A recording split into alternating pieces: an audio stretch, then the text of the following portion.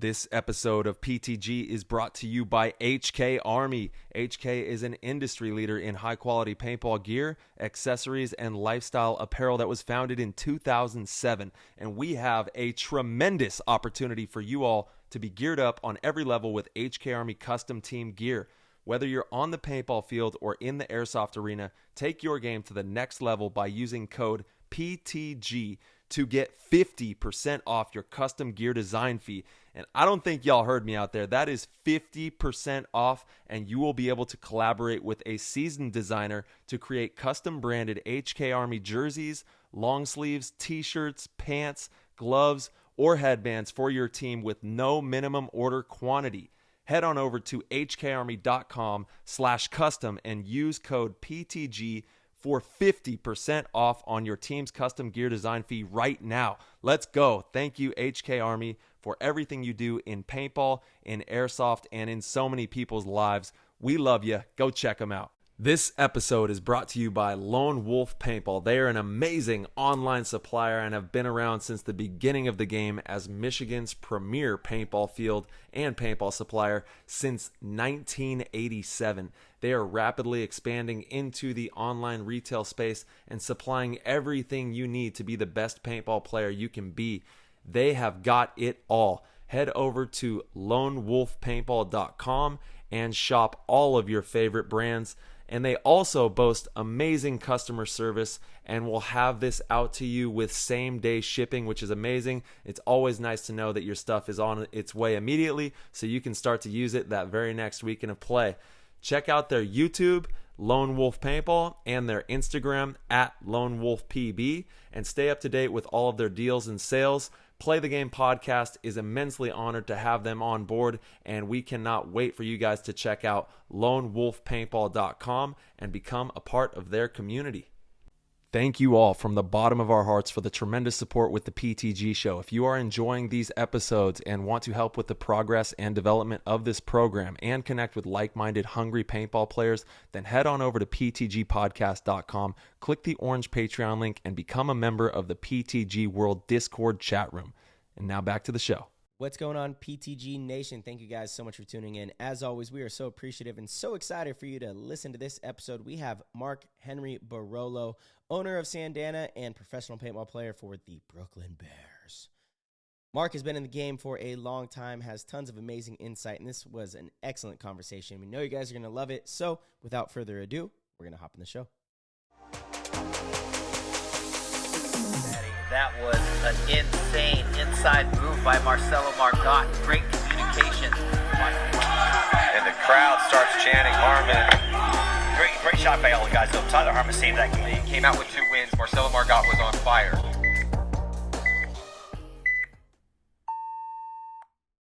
Welcome, everybody. Thank you for tuning in to another amazing episode of Play the Game podcast. We have none other than Marc Barolo, who has just joined forces with the Bears in the house. Bears. How you doing? Good. Thanks for having me. Bears.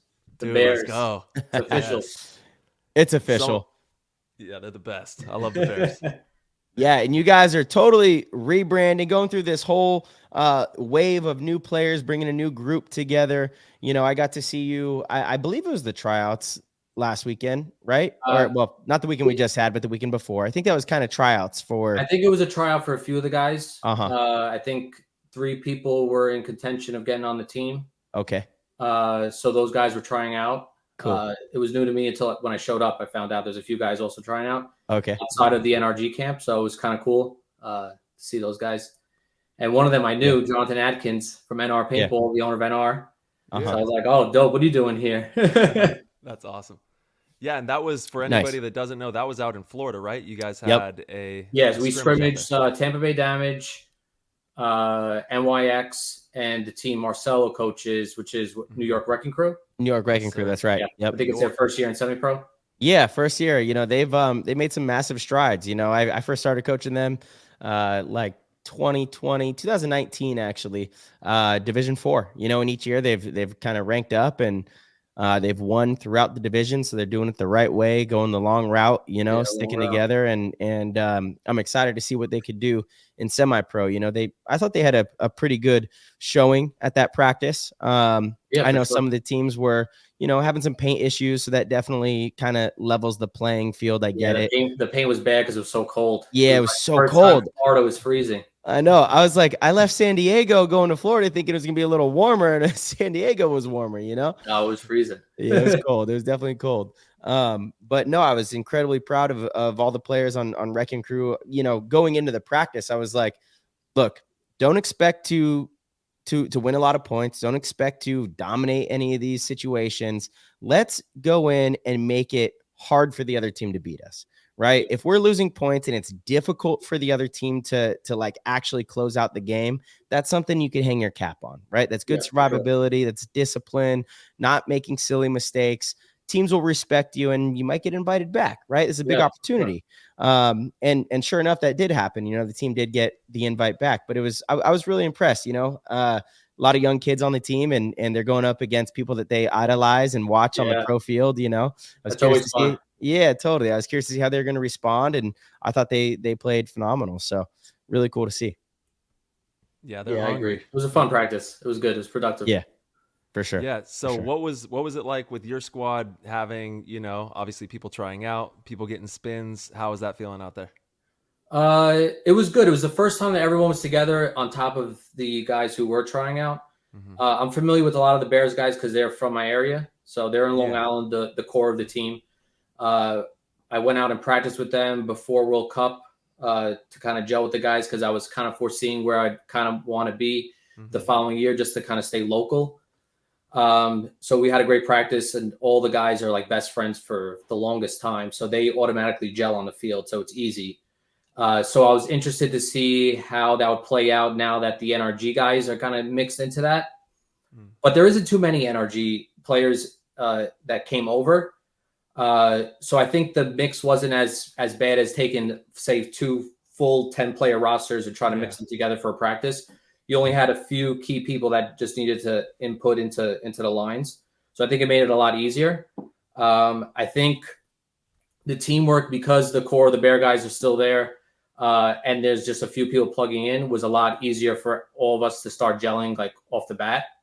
And the way that we played the points was, I think we played that layout and the way the layout was, and especially with the paint, we played a little slower, which allowed us to have a little more teamwork going on in the points because a lot of the points were dragged out, especially against damage. Damage tends to play a little slow.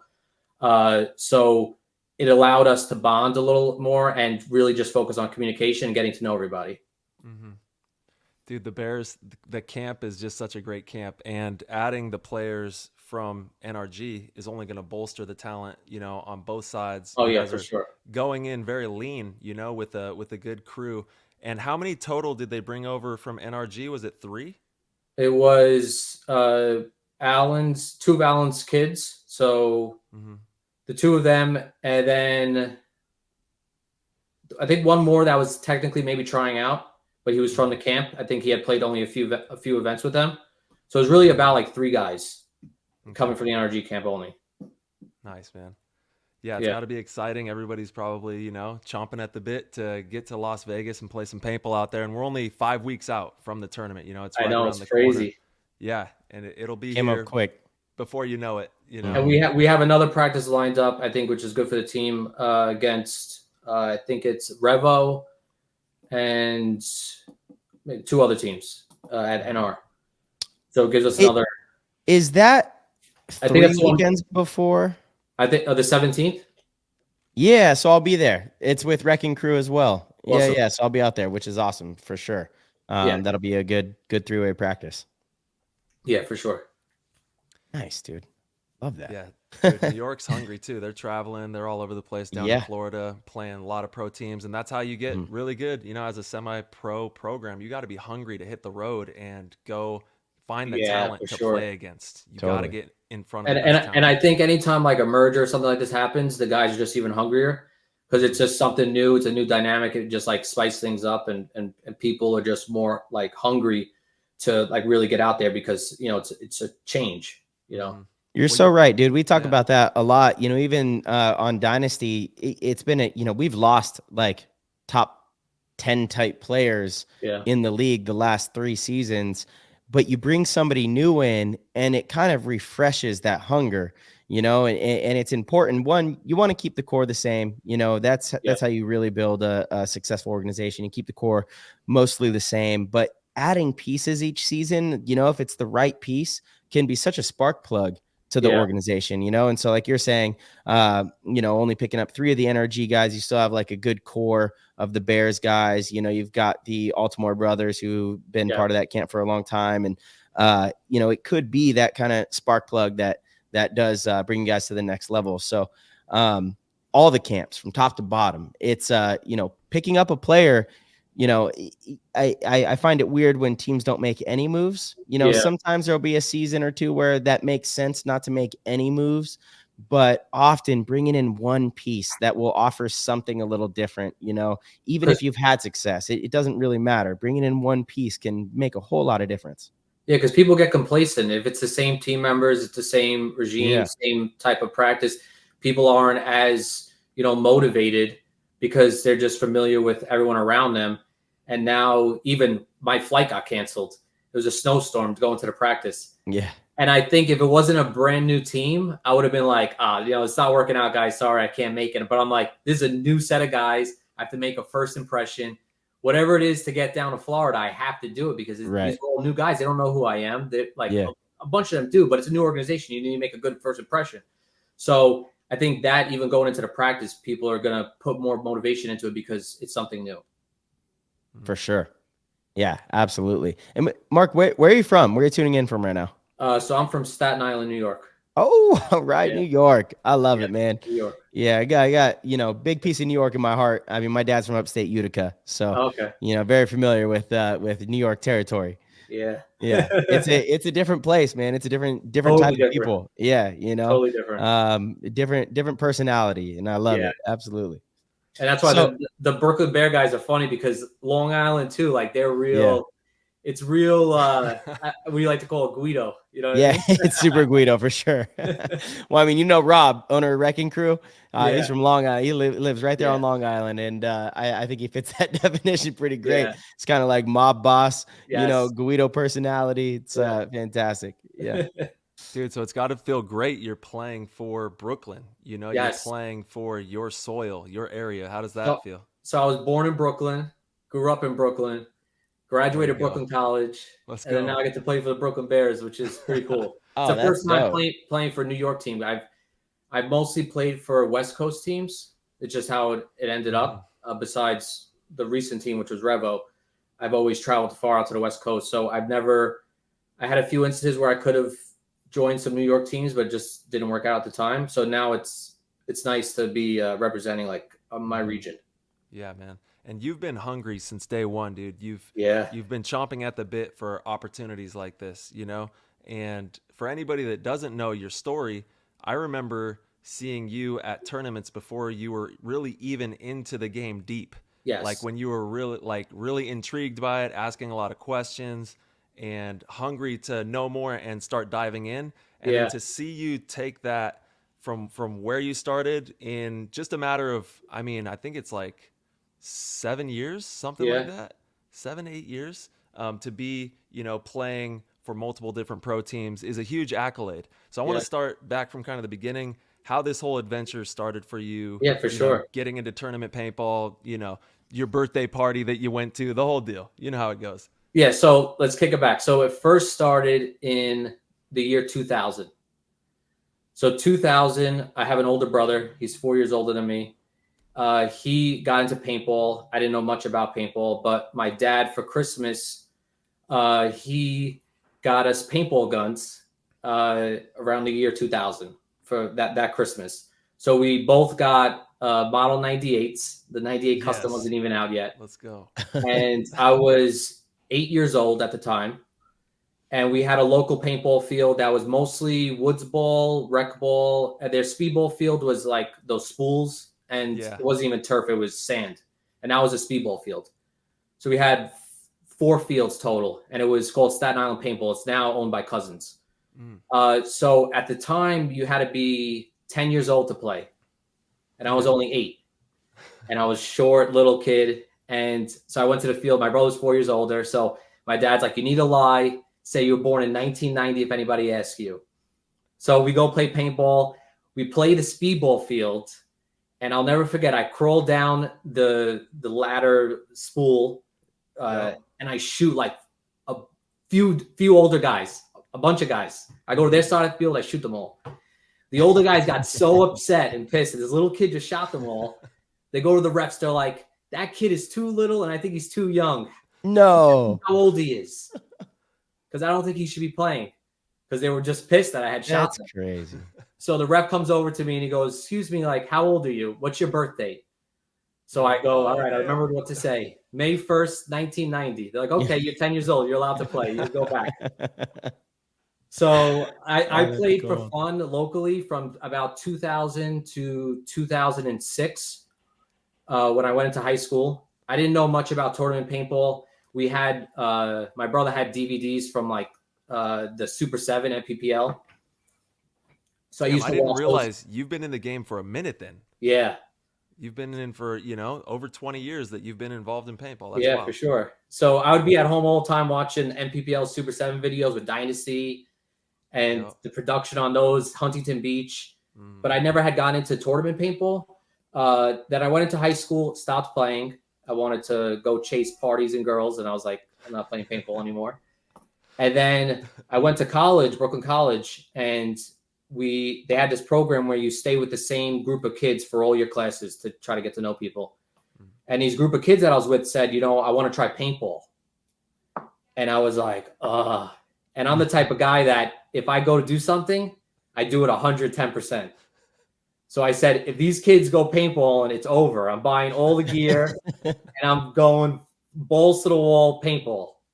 So that was 2010, 11-ish. So I get back into it. I research what's the recent gun. The last gun I had was an Impulse.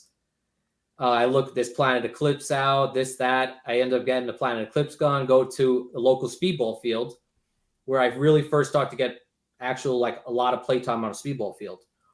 And so I go every single weekend, me and my younger brother. I'm one of 3. So we start going every single weekend. I end up joining a team, which was like a D4 team, and play some local small event at the local field, which was Long Live, owned by Jim Kim. And then during that time, the New Jersey Jesters were pretty big. Yeah. 2013, they went pro in the Challengers division.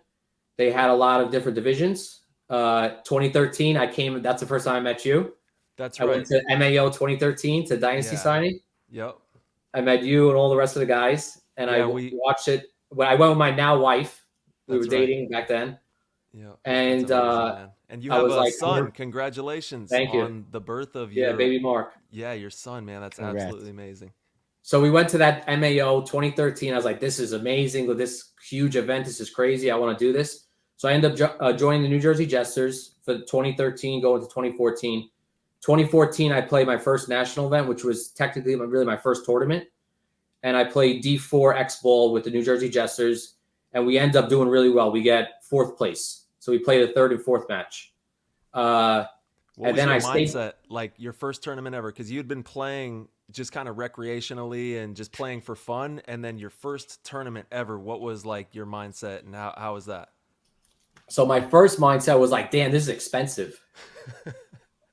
I went to the first tournament. We're like, oh, here's the paint tab. You owe $300 or whatever. It was like, wow, this sport's expensive. Like when you play tournaments, but also it went super quick. Like we played, like I remember the first X Bowl match at MAO, huge field, the buzzer going off, and like Jared's just like, wow. And like I think our first match too was against a Canadian team, and they forgot to change their guns back, so they were shooting 15. So we go get like laned off the break. I was like, this is wild. And then we find out they're shooting 15. Yeah. Wow. But it was a huge experience. Like I was like, this is awesome. Like, and to have our first national event and us to go far, like we just kept winning rounds and rounds. And D4 X Bowl, you play a ton of paintball if you go from prelims to the semifinals. We went to the semifinals against SA Notorious, which is now a pro team. And that was those guys back then. They were D4. Whoa. Yeah, so it was good talent. And we lost that semifinal match. They go onto the pro field. Then we played for third or fourth. And I was just hooked. And I was like, I need to stay at this national level, and I want to keep climbing, and I want to get higher and higher and higher. So I stayed with the Jester camp for, I think, 6 years. Wow. So I went from D4, D3, D2 up to semi-pro with them. So I played semi-pro with New Jersey Jesters. And then we were at Atlantic City. I think it was 2018. Might have been 2018. Yeah, 2018 or 19. So I played with the New Jersey Jesters. We get knocked out of X Ball in semi-pro. And I go to play the 2-man open. Yeah, I remember that. Yeah, 2-man open. So I call my buddy up. I'm like, we have all this free paint money. If we play the 2-man, it's only 150 entry, and you could win, I think it was $2,000. Was this in Florida? No, it was in Atlantic City. That's right, because there was another one in Florida. Me and A-Rod played one of them, and we won one of them together. It's like the biggest hack. You win more money than like playing semi-pro if you split the winnings. It's only the two of you, and you use free paint. The entry was $150. So we go play the open 2-man, and we win it. Hey, let's go. Yeah. So I end up going back to my car with the trophy, and I'm taking one of those. Maybe it was a year after we won 3-man. I did it the year after. 2019. I played the 3-man open. We win the 3-man open with the Jesters guys, and I had the trophy. And I'm going back to the car, and I'm sitting in a. You remember at that event, it got real muddy, so they had the go-kart, like the carts taking you to the parking lot. So there was a guy from Scottsdale Elevation, and he sees I have the trophy. I just won, and I think Scottsdale Elevation just got blown out. Yeah. And he was like, he saw I have a trophy, and I guess maybe he saw who I was, and he goes, "You wouldn't happen to play the snake?" I said, "Yeah, I'm a snake player." He goes, "Our pro team is desperately in need of a snake player. Would you be interested?" I said, "Yeah, I'd be interested to play on a pro team. Yeah, I play snake. Let's talk after the event." So after the Philly event, the New Jersey Jesters weren't playing Chicago. They normally skip Chicago. And he gets in touch with me and he says, "Listen, the owner of the team is Hal Vanta of Elevation. We need a really good camp. Great people. Yeah, we need a snake player. Why don't you talk to him? Get on the phone with him. We're maybe you could come to Chicago and you could play for us." So it's like, all right, here's my shot at playing pro. Yeah. So I get on the phone with Hal, and Hal goes, "Listen, I don't know if there's a good shot of you making the team. We already have a roster. You would have to fly out to Camp Pendleton. You're going to be jet lagged. I'm not paying for your flight, and you have to impress me in one day. Otherwise, it's a waste of your time." And to be honest, I think it might be a waste. So I don't want you to spend money and come out here for nothing. And I said, "Listen, I don't care about paying for the flight. I'm going to go out there," because I knew if I went out there and I could show my potential to the team, that there was a good shot that I could get on this team and break into the pro division. So I said, "Listen, I'll buy the flight. I'll fly out there." And the practice was against Dynasty. Mm-hmm. I don't think Marcel was on the team at the time. I think he was with Ironman. What year was this? 2019. Oh, I was on Dynasty. Oh, you were? Yeah. Okay. Yeah, so I've been on Dynasty since 2015. Oh, okay. Yeah. So you were on the team. Yeah, damn, I don't remember this though. Yeah, his water heater broke. Yeah. So I fly out to Camp Pendleton. We practice Dynasty, and I'll never forget. One of the first or 2 points, I go to the snake. I wrapped the 50. I think one point me and you traded, but one of the points I wrapped the 50. They had just obliterated the Dorito side, but they didn't realize I was still alive. I shoot Ryan, Yosh, and one other person, and they call the point. I'm like, "No, don't call the point. I just shot 3 of them." So I shoot 3 of them. I could do this. This is Dynasty. I just went to the 50. I just shot 3 of them. I could do this. Yeah. So the practice goes well, and he tells me, "Listen, you made the team." So I was like, "Oh, dope." So then my first pro event was Chicago 2019 with Scottsdale Elevation. Yeah. And now, you've progressed a lot in just a few years Yeah. to where you're at in your game now. But it's just so cool to hear the grassroots story of how you accomplished that dream. Because there's so many people out there trying to understand or see a way to make that happen. And it is not easy. You know what I mean? Like you had to fork up some money and fly and put everything on the line. But when you take those chances, that's when you reap the big rewards, So it's just it's awesome to see. I think like the biggest piece of advice I think is just to put yourself out there and put yourself in front of the faces that are the decision makers or are, the team itself. And just facial, like knowing who you are, like even if you go to a team signing or you go to try to talk to some of the pros, just they can recognize your face and see who you are. So if they do see you out on the field, or if they are at the field that you're practicing at, they're like, oh, I talked to this kid. All right, let's see how he plays. Because otherwise you really don't exist to them, because you're busy at the field, you're playing, you're worried about your matches. So unless you make yourself visible, whether it's in person or on social media, posting content, no one's really going to know you exist or if you have the potential. I'm sure there's tons of players out there that do have the potential, just they're not discovered yet. No, you're so right, man. That's such a big piece of advice to, like, get out there, shake hands, get recognized, Put yourself out there. You have to put yourself out there. Yeah, totally. You could maybe not be you could be the best talent, but if no one knows you exist because you're never out there, 100%, you're never going to be found, and a pro team's never going to know you exist to even give you a chance. Mike Urena is a great example of this. I remember like 2013, 14, he would drive out from Arizona every single weekend to Ironman practices because he was trying to get on the Ironman at the time. He wasn't quite ready. We all knew there was a lot of potential there. He just wasn't there yet, right? So we weren't ready to pick him up.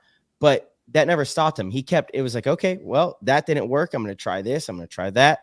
He just kept knocking at the door. And now look at him. Just got the bag from Impact. Yeah. MVP at one event. Absolutely. Earned the MVP one event. But you got to keep knocking. You have to keep knocking. You have to make yourself known, And I'll tell you what, like as a coach, I appreciate players that consistently show up. And if you tell me that your intention is to eventually be on the team, you might not be ready. I have a lot of players that, have come up to me and say, hey, I eventually want to play for one of the teams that I coach. I'm like, okay, well, you're not ready yet. We'll see if you stick with it. But, 6 months later, I get the same thing and I see that they've been working, and it's still not ready. A year later, I have players that it's been that process. And then finally I'm like, hey, you're ready. And you said you were going to do this. You stayed committed to it. Like, there's something to be said about that. It really does. It's impressive. It's the commitment to keep doing it. And when you look back, like when I was climbing the ranks in those 6-7 years practicing with the Jesters, it was every single weekend driving 2.5 hours to practice and staying late and then getting home super late. And just the commitment to be able to keep doing that every single weekend it just shows you totally that person is willing to take it to the end. And I've seen a lot of people throughout the years that had a ton of talent, but they just fall off. They get a job or they say, oh, sorry, I got a girlfriend now. I'm not going to. And I'm like, you had the potential because at 14, you were nasty. For sure. You kept that out. You would have been at the top. Yeah. Oh, you're so right about that. The common thread also is, look at Mikey, look at yourself, attackers. If you're gonna make it into the pro circuit, attackers you have a much higher chance of making it into the pros as an attacker. I say this all the time. It's the 2 or 3. I think it's the easiest to break into the pro division if you're in an attack position. Because the average age of pro players is getting older. A lot of people don't want to be doing the one roll which diving to snake out the break or being like a very far attacker on a field.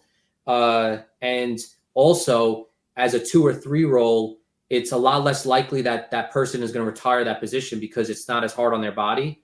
So they could keep playing for a lot of years. So, Jason Edwards, Marcelo, all those guys, you guys have been doing this for so long and you haven't really beat your body up as much like when you play the now current position that you're in.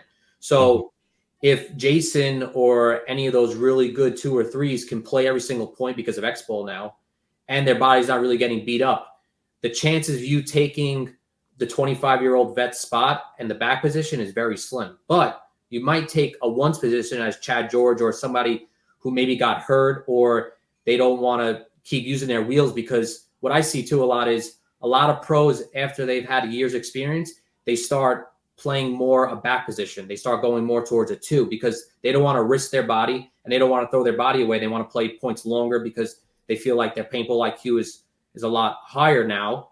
So you see a lot of events, even Keith Brown now pulls back and plays a 2 position because, and I asked Joey this, I said, how come you have one of the best and fastest attackers? Why isn't Keith going snake off the break every point? And he said, he's one of the best players. Why would I risk him off the break? Let me put him in a 2 position, then get into the snake. So that opens up the possibilities of you getting in there as a 1. And also, I think the 1s are more likely to rotate because you get tired running the snake off the break. So you have a lot more chance of a rotation of you getting spins. Now that's incredibly wise insight, and you're spot on, man.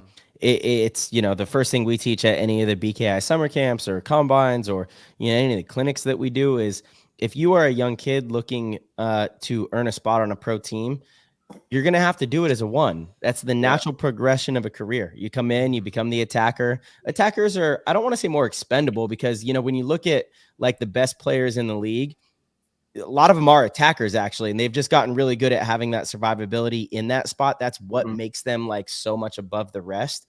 But the 1s are the more expendable players on the team, from a game plan perspective. It's like, hey, if we're going to risk somewhere, we're going to run to the snake, we're going to run here. You're just a little more expendable in that game plan, right? So young players that are athletic and very fundamentally sound, like that's how you can earn your spot on a pro team, is being a good attacker. And you'll see it too through careers. Like you'll get an attacker that is hyper aggressive, will have these massive points, but then have these like deep valleys where it's up and down, right? And it's like, okay, the next evolution for that player is if they can have a similar level of aggression, but much better survivability. That's when you become elite. That's when you start getting paid. That's when, the top 5 teams want you on their squad, right? But to come in and to be a rookie and take like a 2 or 3 position, that requires a ton of experience, ton of paintball IQ, knowledge. You got to manage the game, communicate. That's a really tough task. Yeah, for sure. And we all started as 1s. I was a 1 on the Dorito side. Tyler, he was an attacker. We were all attackers, right? You were an attacker like that. That was the role. I'm still an attacker. I still want to play the 1. Yeah, but you're not on the team. Yeah. Well, we're gonna see. Yeah, we gonna see. Oh, please don't do that. Well, you are the best. You are the best player on Houston Heat. We don't need that. I would not say that, man. We got a bunch of dogs on my team, and they're all. Yeah, you got a bunch of dogs, Tyler. You're one of the best ever. Period. Yeah, you're the best player on your team. My personal opinion, the best player on Houston Heat. Well, that's for sure. I don't choose to believe that, but I choose to. You just can't say it because you're Mr. Diplomatic. That's you. That's Tyler. Look how uncomfortable he is. Look how uncomfortable Tyler is right now receiving a compliment like that. I love it. But it's an objective truth right now. You're absolutely the best player on your team. And so I understand why Todd wanted to keep you alive longer. But god dang, dude. Like you unleash Tyler as an attacker, that's dangerous for everybody. Maybe just here and there. We'll see. Yeah, just here and there. For sure. For sure. Kind of like the way Ryan Brand used Archie was like so masterful. He'd be the 2 in some points, and then you'd go attack as the 1 on the Dorito side other points. And it was really masterful. It really opened up Archie's entire playbook and repertoire and allowed him to blossom into like one of the GOATs, one of the best to ever play the game, because it was also hard to game plan against, and I feel like it got Archie into a really good rhythm. And it's rare that you can do that. You have to be careful. Not every player can manage going back and forth and knowing all the shots and being able to transition from this pace to that pace. That's a tough thing to do. You have to have a lot of trust in that player. But you're certainly one of those players that could be utilized that way. And I think it's a terrible idea if Ryan does that with you. So hopefully he doesn't. Hopefully he listens to this podcast and decides like, don't do that.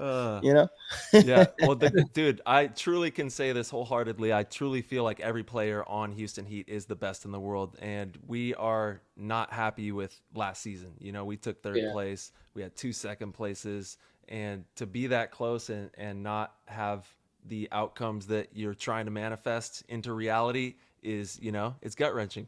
So I know the guys are hungry. Yeah. Everybody's hungry. It's going to be an exciting year. Paintball is really booming right now. Yeah, it's definitely evolved. Yeah, and this offseason was insane. I mean, I would have never seen the off season going quite the way it did. It's been a complete shakeup. Dude, we were in December and I was texting people that were talking about like, oh, yeah, I'm like, yeah, it's like the quietest offseason in a long time. I think it's going to stay quiet. I think teams are happy where they're at, make a few ads here and there, and then all of a sudden, boom, all this stuff again. So I learned my lesson. I will literally never, well, there would have to be some drastic changes in the meta of off seasons, but for the foreseeable future, I will no longer say that I believe it's going to be a quiet off season. I've just learned my lesson. It's just, but I think it's going to get to a point where the influx of new pros is very limited. There's not that many people that break into the teams, and the amount of teams is stuck at 20. Right. So the amount of shuffling, especially with the higher ranked teams, is pretty tough. Like, how many times can you move from one top 5 team to the other top 5 team before you burn bridges? Or oh no, bro, I keep saying that, and then all of a sudden I see people getting another opportunity. I'm like, huh? Yeah. Have you been watching the last 3 seasons? It just blows me away. It blows me away. So I agree with you, Mark. I say that every year, and then all of a sudden I'm like, here we go again. Here we go again. It's wild. Yeah, it's wild. And then there's some players like Mouse. I mean, Mouse is unless he falls off, he's always it. There's almost like no burning a bridge. It's crazy when you're that talented. Yeah, when you're that talented, and you can really produce in the way that he's been able to at that position, right? So this goes back to what we're talking about. He's one of the few that, there's others, obviously. Billy Bernacchi has done it, Chad George. Yeah.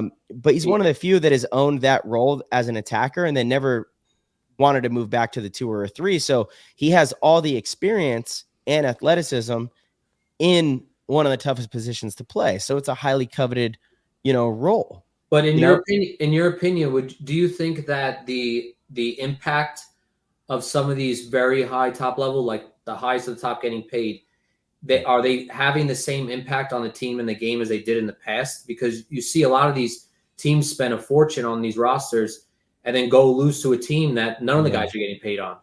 No, you're right. So, there's a weird thing about that, right? Like if you look at Latin Saints, it's basically the same thing as Diesel. Actually, Diesel was a better team on paper at the start of last year than I think Latin Saints were. They had an 8th place finish. They made something consistent. Right. And Latin Saints got second place the very first event they played together. So I think that, like that money can produce results for you.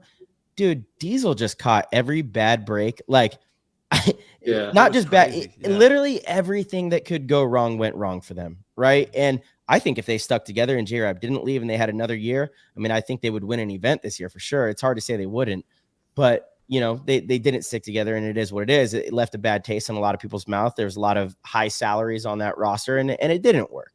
And you're right. There will always be like, the heavily funded team that gets beat by the team that's not funded. That happens. It's paintball, right? Sometimes grit and heart alone will win a match. Thunder, baby. Yeah, Thunder did it to a lot of teams. I'll never forget Boom. Like we coined it on Dynasty in like 2017, Tyler. Remember? Like we lost to Boom in Vegas in 2017. It was the event we won, but it was like for some reason Boom would beat us like 2 or 3 times a season in the prelims. It's like, what the hell's happening here? Why are we not stepping up to this match? And it's like it's the first or second prelim game and you just don't quite show up the way you should, and they show up like it's their finals match. They know they're not going to make it to the finals. This is their finals match. They're playing one of the top teams, one of the top brands. 2021, when I was on Thunder, the first event, we beat Dynasty in the prelims. And Oliver called it. He said the next time you play Dynasty, you'll beat them. We play Dynasty, beat them. I got the screenshot from Oliver White Cloud. And then we play you guys again on Sunday, the next event. But then you put a stop to it. It's again, paintball is a funny thing. Anybody in the pro, you can look in one match, anything could happen. You show up, you hit your shots, and you're feeling good. You can beat somebody. You can. That's just the way it is. That's why, like with all the teams that I coach, the goal is to get within striking distance. And once you're within striking distance of either winning a match or winning a tournament, almost anything could happen. And if you believe in yourself and you put in the preparation, you put in the work, like anything could happen. You can win those. That Thunder game 2021, was it Texas? So the first event of the year was it Florida?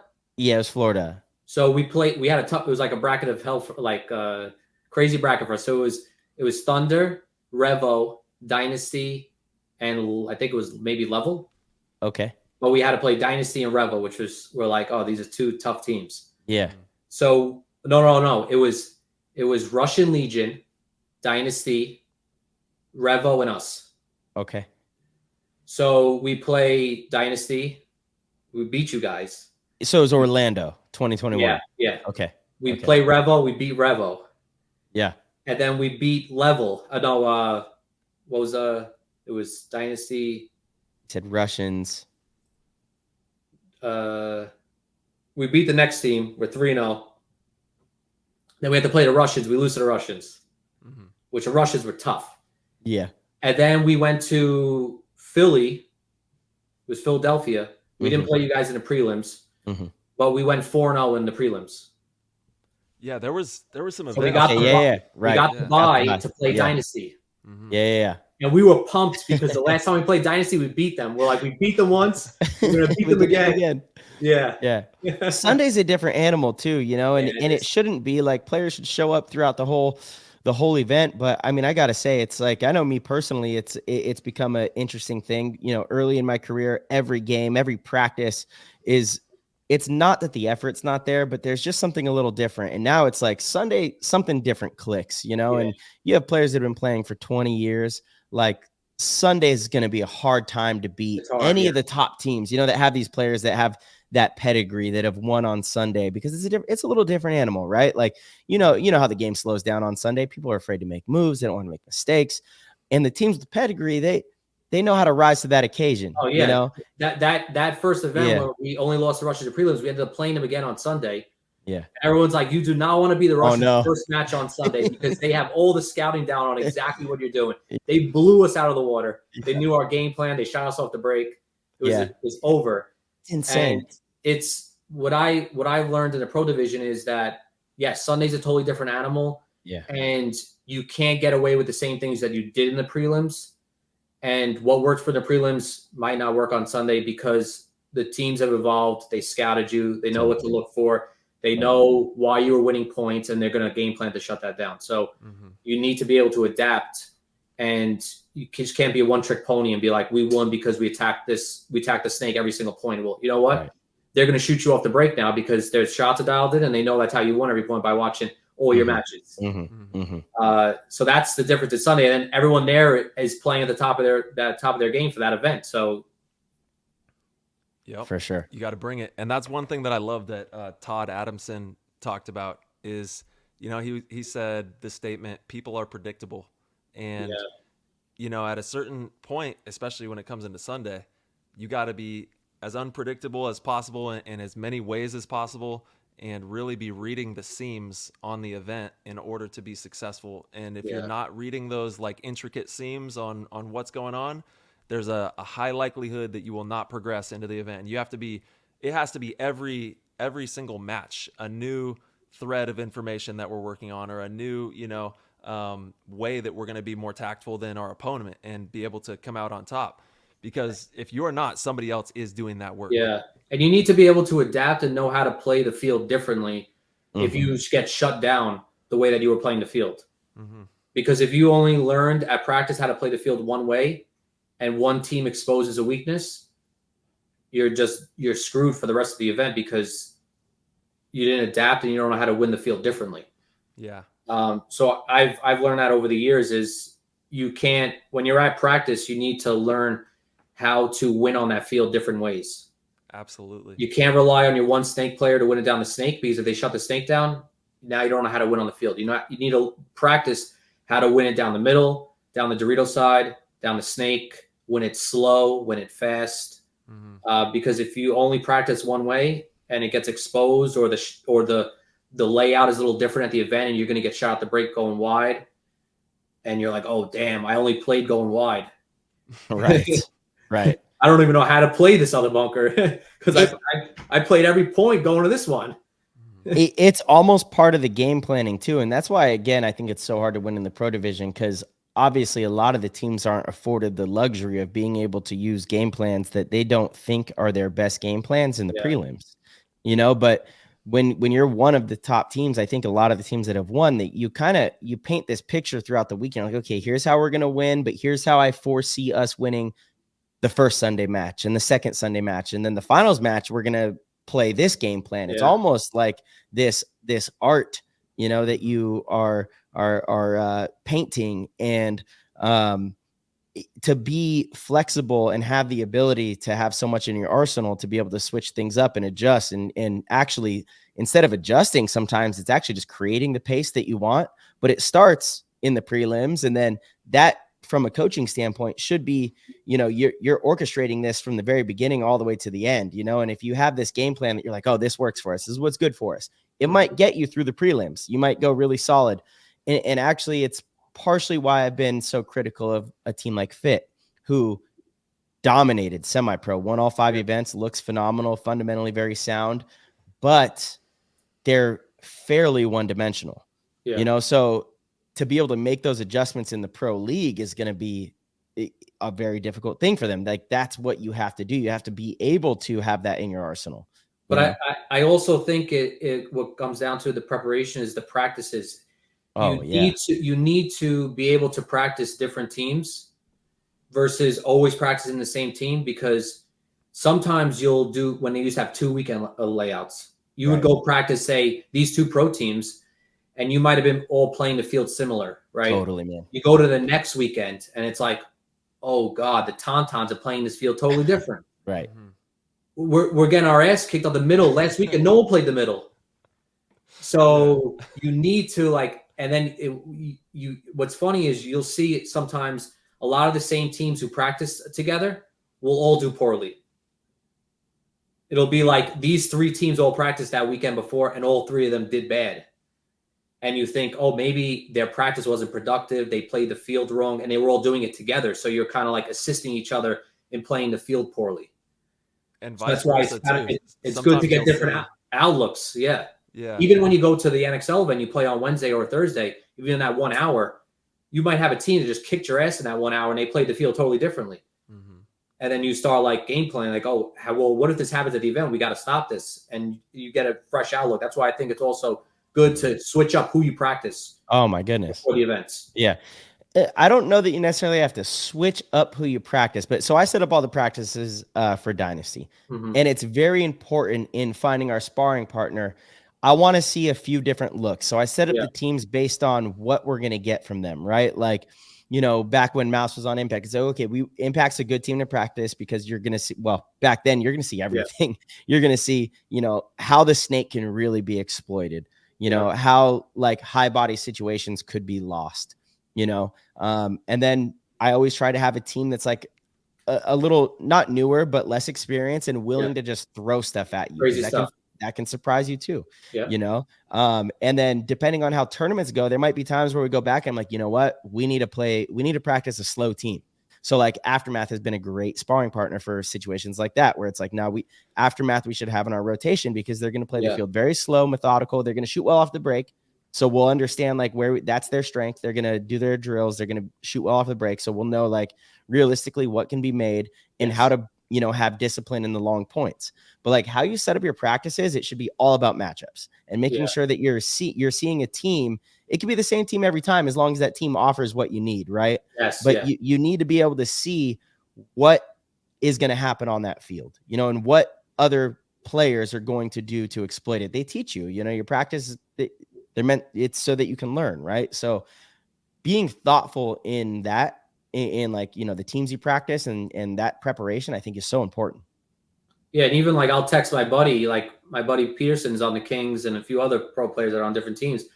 And I'm like, oh, how'd your practice go? And they're like, oh, good. I'm like, what are you playing? I'm like, oh, I'm going snake off the break. You're going snake off the break? We didn't even try going snake. It's not possible. Right. I've gone to show up at the event, and I've talked to other pros you can't make the corner. It's impossible. You can't go to that bunker. And then you start watching matches and you're like, oh shoot, people are going to the corner. Right.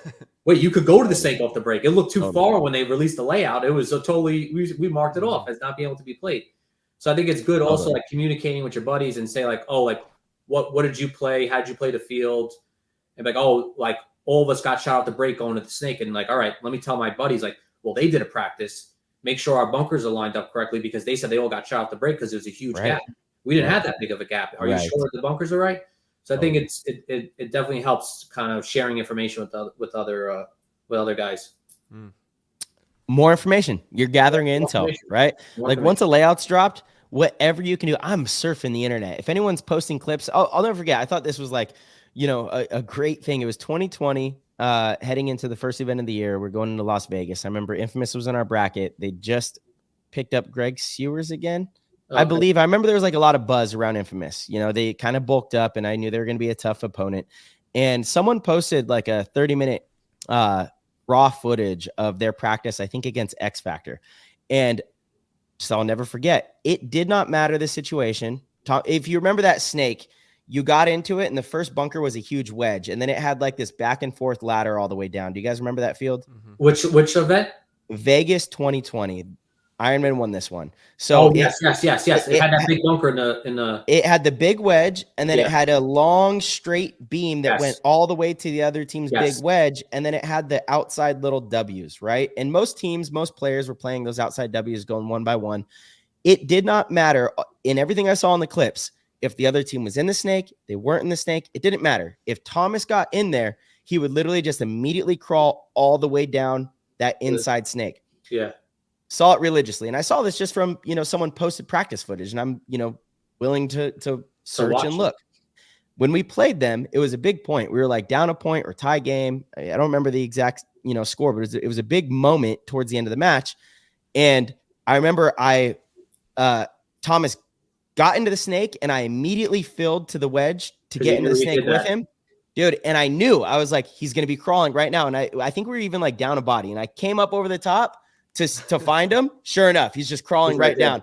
Whack, whack, whack. Shoot him, and we're able to like turn the point around because that kind of re-gave us that film. That's all it was. I just gathered information. That wasn't like a high-level experience thing. It was a huge kill and a big moment, but it was all because I watched this footage. That's the only reason that I had that intel. That had nothing to do with like, playing for 20 years. It had nothing to do with any of that. And that segues into a key part that I think helps when you're developing and when you're playing against pros is knowing your opponent. Oh, yeah. If you know those play style of Tyler Harmon, or the play style of Keith Brown or Goldman, and you know their tendencies, you can almost predict what their moves are going to be because you know how they play. Totally. And when you start playing years and years against the same players, then you start calling names out. Okay, Keith's on the side and he's with, say, Lackey. And I know they use Lackey as an attack. Keith's going to be behind him this time. Let's try to shoot Keith off the break behind him because he's going to go to bunker that's near, but he's not going to go on the snake. So if you know combinations of players and you know the players themselves, this player's going to get antsy, or this player likes to gun battle a lot. So you just have to remember how those individual players play, and also remember where they are on the field. There's a lot of threats that are on certain rosters and certain lines, and you have to keep your eye on them. Like, where's Keith? Where's Malloy? You don't want to lose Malloy. You want him off the field. Yeah. So keeping focus and being knowledgeable at how individual players play is going to help you when you start matching up against them. For sure. Yeah, you really got to dive into the research and be hungry to acquire information, because it's not just going to land in your brain and you're going to know you have to watch. You have to be like Tyler likes to run to this bunker with his gun in the left hand, and then he does this type of crawl. So I know when he's moving from Dorito 1 to 2, his gun's going to be down. And nah, man, I went around the outside on that one. Little info like that is, and when you're on the field, if you remember those things, and like just like you said, I know he's crawling right now. It's a free kill. I'm gonna go check it. Thomas was on the show, and I think you told him that. Yeah, and he was like, "Oh, damn." Yeah, look, players like to do what works for them, right? When it comes tournament time, and you see what players are doing, if you're scouting intentionally, like there's things you could look for, and for divisional players that don't have Go Sports, we did this on Aftermath and D3 when there was definitely no film. There's none of that. We would just scout teams, and no, we didn't scout all 30 teams in our division.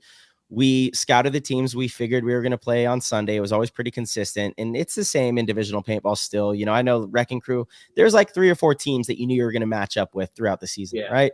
And you can pick up like what players like to do. So it's like, Tyler, if you're playing the 2, when Connor's running the snake on the break on this certain field, if Connor gets shot off the break, are you comfortable sitting in that 2 spot, or are you going to immediately try to fill the corner? That's a very easy read that you can pick up on teams, and you'll see it if you just watch a match. If you just watch, if you just watch a match, you'll see if a 2 loses their front guy, what do they like to do? Do they sit there and wait and try to let their team win on the other side, or do they try to, take a little bit of a risk and get wide? And if you know that, if you can pick up these tendencies, it gives you obvious insight as to how that player thinks they can best win a game. You can set up for it. And you can make better in-game decisions, but you have to be willing to do the work. You can't just, play your matches and then go home, drink some beers, hang out, barbecue with the boys. Like, no, you got to do the work. That's the only separation, in my opinion. Obviously, experience and fundamental, that's a thing, but the real separation in all the divisions is who's willing to do just a little bit more work and be a little more prepared to make these better decisions when it comes game time. I want as much information on players as possible. So I spend throughout the entire event, I watch every single match. And there's certain games and certain teams where I will watch a breakout and I see something happen and I'm like, oh, okay, let me rewind. Oh, wow, I see how he's posturing. And so this wasn't his intention before the game, but this was what happened, and this is how they responded. So now I know, like, okay, if we go to the snake and, Tyler or Mark is in this spot, here's how you want to respond. If I know how you want to respond, I have a better chance of succeeding. You're not always going to pull off the shot or whatever, but you have a better chance of succeeding. Right. You have to be willing to collect the information. And if you're not, you're behind, because the top players are doing it. And in divisional paintball, actually, the teams that are winning, they're doing it. Like, you look at Fit, they're so professional. They're so professional. They have great scouting. Their pits on point. Like, it's no wonder. I'm not surprised they won 5 events last year. And you go to D3. I'm not surprised Wrecking Crew won the series, won World Cup, won multiple events. They do more of that work than other teams in their division. The formula's there. It's that formula for any sport. So I don't know why you would think this is different. And it's the same formula in business. Absolutely, man. You can see why some businesses are successful and others are not, because they don't have the process in place. They don't do the hard work, and it's easy to tell why it doesn't work out. It's so that term hard work, right? Like, how funny is that? To me, I don't look at any of that as hard work. To me, it's so fun. That's fun. It's like, we do this because it's a game, it's competition, right? Like, to me, hard work is like going and trying to build a house, manual labor, that's hard work. Lugging something around all day, hard work. But also, if it's what you're supposed to do, it's not really hard work. Like, people call it hard work, but it's what you're supposed to do. Just like you're supposed to be a good human being, or you're supposed to be a good husband. It's just what you're supposed to do. It's what you're supposed to do. Well, it's deeper than that. It's what you would do if you didn't even have to, because you're just so intrigued by it. Exactly. It's so like the curiosity. I'm like, I play basketball for fun. I play at LA Fitness. This shit's not competitive, but there's like a group that plays every day that's like, we're competitive amongst each other. Yeah. But I sit there and I, like, if I'm not playing, I literally am watching for like the slightest thing I could get an advantage for. It's just part of it. I'm like, if I'm going to play, daily, I want to have every bit of advantage as I can. There's certain players where I'm like, oh, he hates to use his left hand, or anytime he's on defense, he's going to like intentionally foul. So, if you just continuously pass the ball, or this person's out of shape, I see when he runs a few times back and forth. So I know if he's guarding me, just run back and forth. He'll get tired and then he can't guard me. Like, there's just these little things that it's the mindset and the way of thinking when you do things correctly as a professional athlete. Yeah. It's just your brain operates differently than someone who's not thinking that way, Well, and I can already hear people like saying, "Oh, well, we don't have video." Well, you don't need. We talked about that. You don't need. You don't need video. I'll tell you, for all the years prior to video, we were at the field. We were doing this. Doing the same work. It was just, you had to be at each game, watching each point, right. And still to this very day, even divisionally outside of the scouting, one of the biggest advantages is just working on yourself, and you don't need any technology or any other assistance to work on yourself. You need to just be honest with yourself on your weaknesses and work on those things. So when you go play that opponent, you're one step ahead because you worked on it. And I still love being at the field as opposed to like watching it on my phone. I'll show up multiple matches early to watch a couple of the really high priority games that I want to see with my own eyes so I can see the whole picture, because sometimes you can't even see exactly, the little nuances that happen. But there's just so much to pick up by being right there next to the field as well. If you can get up next to it. Being there at the field, you can like listen in on the pit. And it's like, okay, this team just lost a point. They're up 2. They just lost one. There's little time on the clock. How is the team responding? How does the coach respond? Yeah, like what is there? Because that tells you, you can get a very, sometimes a player will come like, hey, we have to go to the snake. Like we can't just buckle up. Okay, cool. So when we play them, and if they're up points, they're going to take the risk to the snake. I heard them in the pit. Their star player wants to do that. Right. So like if we're trying to mount a comeback and we think they're going to buckle up, I know that, Billy wants to run to the snake on this field because he thinks that if he makes it, it's worth the risk. Behind enemy lines. Behind enemy lines. And look, we are afforded that in paintball because there's no like, private locker rooms and stuff, you're right there. So listen, very I watch. Interesting though, huh? Yeah. It's all just, it's all just there. all right there. One day it won't be, maybe, but it's all there. Like I watch every single coaches show. I love it. I watch every single one. You get a look at. So if you're a competitor in paintball and you're not listening and consuming all of this stuff, you're already behind a little bit. Yeah, you are.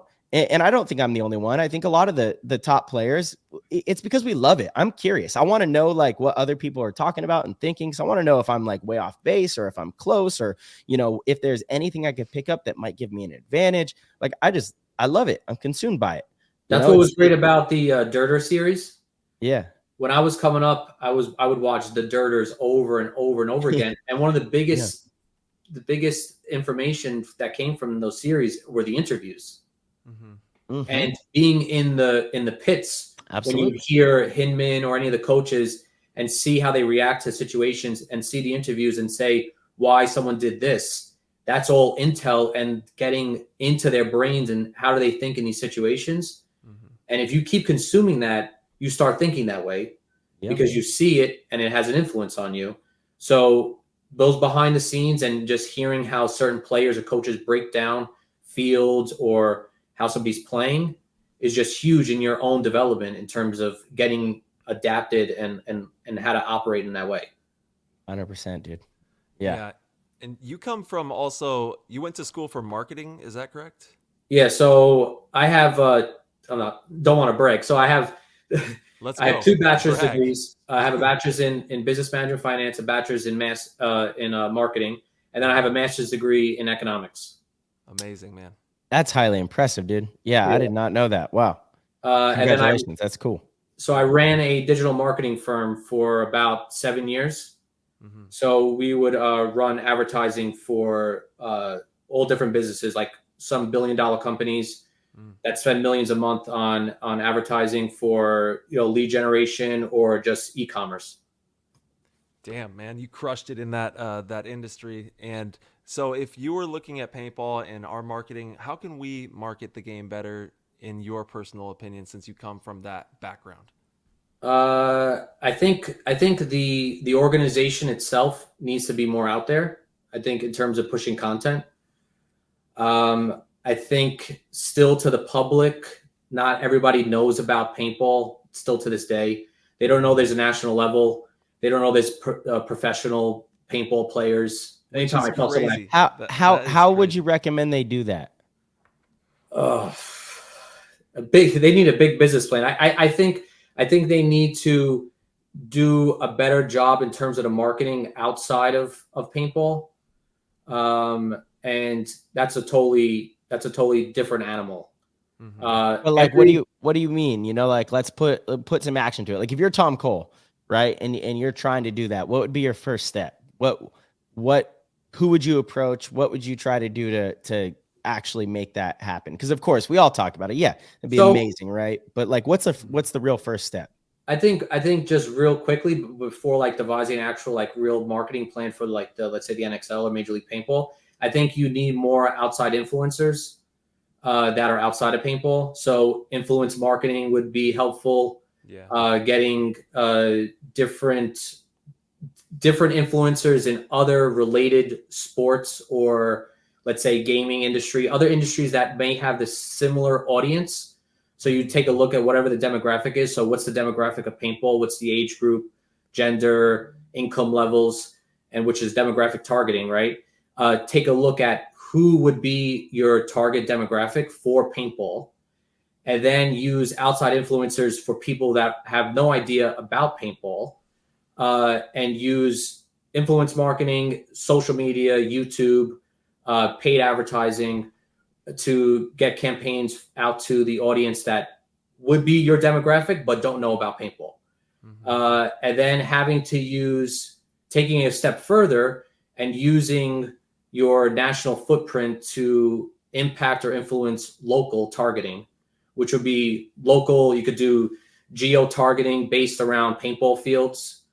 So you could like take locations and do geo targeting radius to a paintball field. So you could say, these are all the paintball fields in the United States. I used to do this for military bases because we wanted to get the military was giving me credit for education.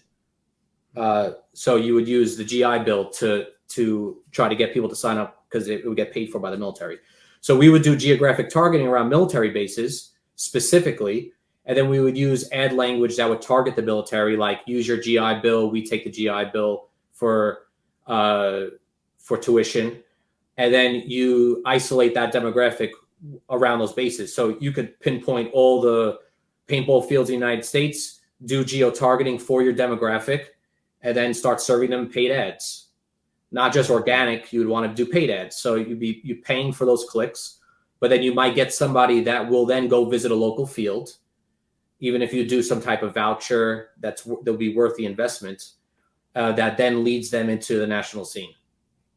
Yeah, and I love what you said about the social aspect of really getting more people involved, because in my opinion, I think it's the more cost effective. Obviously, it's going to cost money to run ads, and that can be pretty costly. Yep. But if you tap in with, I don't know why we wouldn't send direct messages to every player in every pro sport imaginable and every facet of kind of what we do, sub niche, like video gaming and all these things, DMing the big people in all these marketplaces and saying, hey, we want to get involved with you and partner and have you come out, build your content around our place. It'll just blossom out, and you'll have so many new people building content of your brand, of your establishment.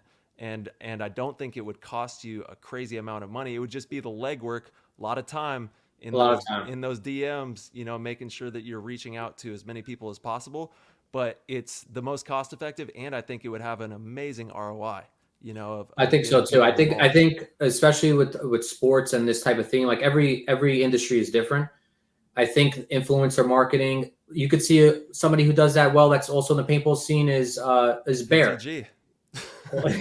Yes, Bear Jerio. Man.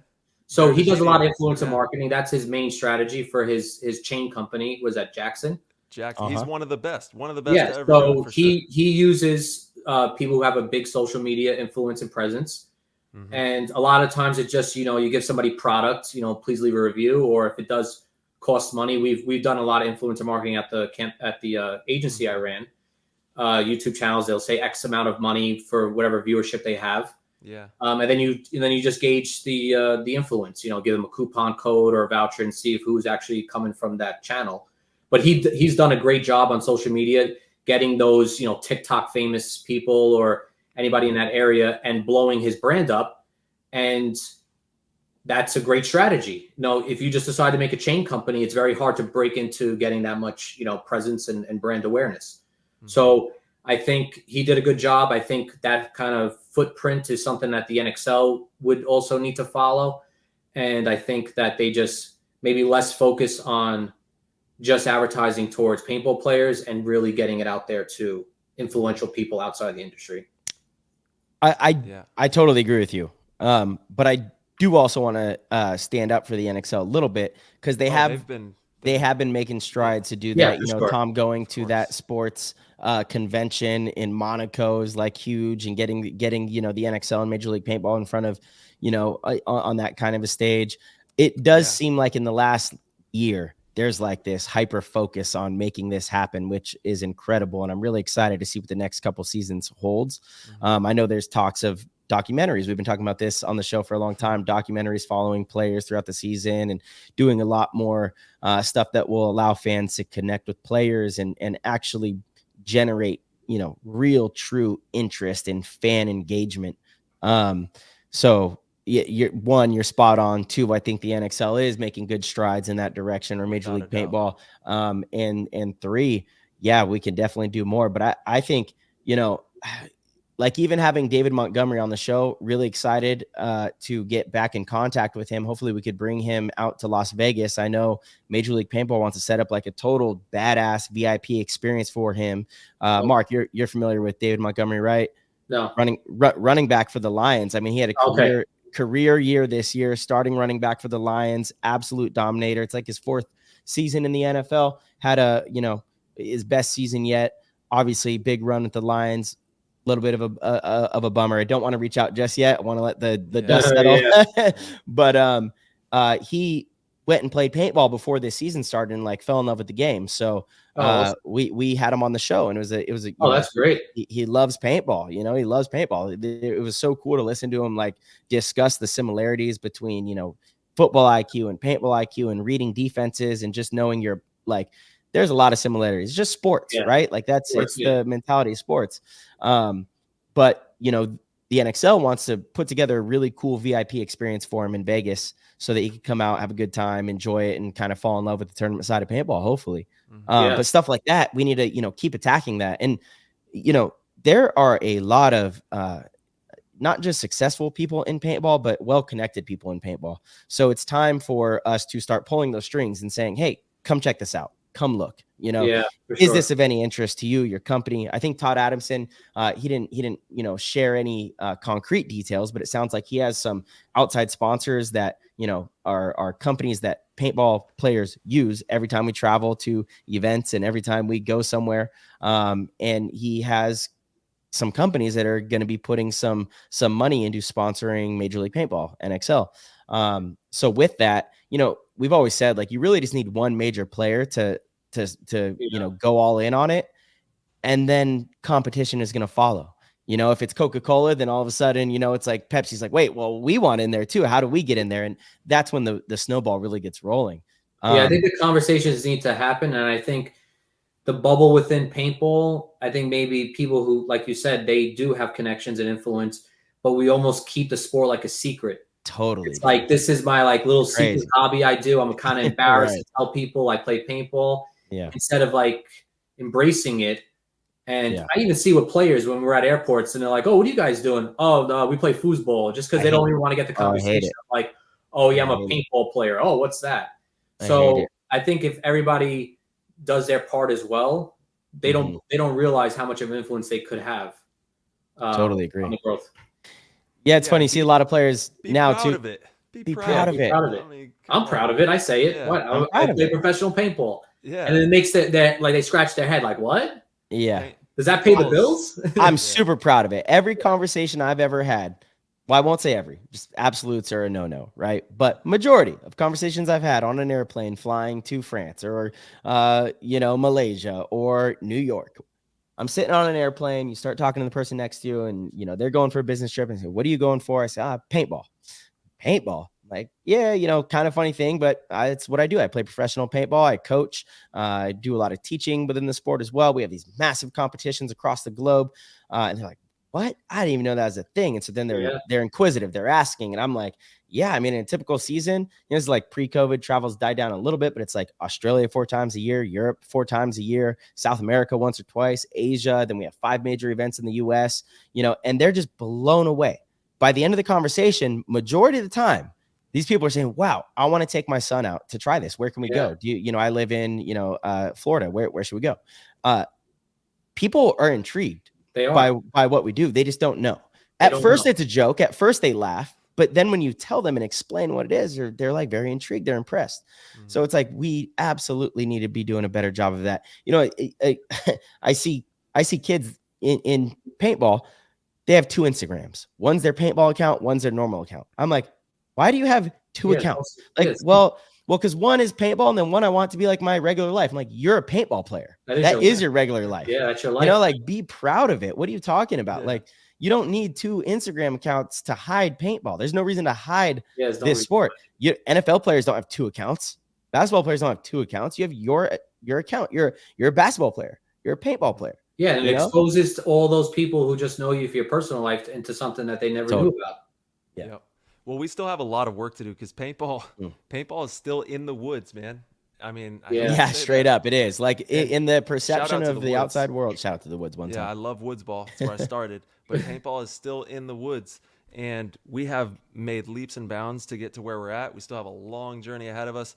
But I will say, everybody that is at the helm, the NXL, all the leagues across the country and the globe, everyone is rallying what feels like more than ever for this game, because we know the impact it has on all of our lives. And not only that, it's good on just so many levels. Your physicality, mentality, community, all of these things that it builds and nurtures. We've just got to get past these like illusions of paintball is like this dangerous thing because we have a paintball marker or gun or whatever. You know, it's like there's this illusion that it's dangerous when really it's one of the safest sports in the world, and it's one of the most thrilling and fun things you'll ever do, without a doubt. Yeah, 100%. Yeah. So we gotta, we gotta just keep enjoying the process, like we always say, because there's just no reason that it won't be big. It's too much fun, and it's too thrilling to watch. When you see 2 people just going at it on a pro field, you know how the drama gets heightened, and when the crowd really gets into it, there's a lot of action that's going on in these games. Yeah. Mark, what do you think about the whole Aftershock shakeup? How do you think they're going to do? What's your feelings on it? Were you ever an Aftershock fan growing up? What, what's your taste? I think the Aftershock, the new roster, I think it'll do well because the core of the guys that they picked up are all from that Ironman roster. A lot of them are. Yeah. That did well. Was that the 2020 Vegas? Yeah, 2020 Vegas. The only event of that year. We had Cup. We had Cup at the end. So I think they're starting with a good core of players that have played together before, and I think that's the biggest thing. I'm a big proponent that it's teamwork that wins, and the teams that stay the longest together or gel the best end up doing the best, regardless of how high the talent is. And you've seen it with lower talent teams that just play all together. Right? So I think they have a good start because a lot of the guys have played together before. So I don't think it'll be like a totally new team. And Todd is taking it very serious, like a real professional team. Just even looking at the amount of content that they posted in the past couple of weeks, like that's great for the sport. Yeah, agreed. He's posted a ton of content. They filmed it all. Those short, funny videos.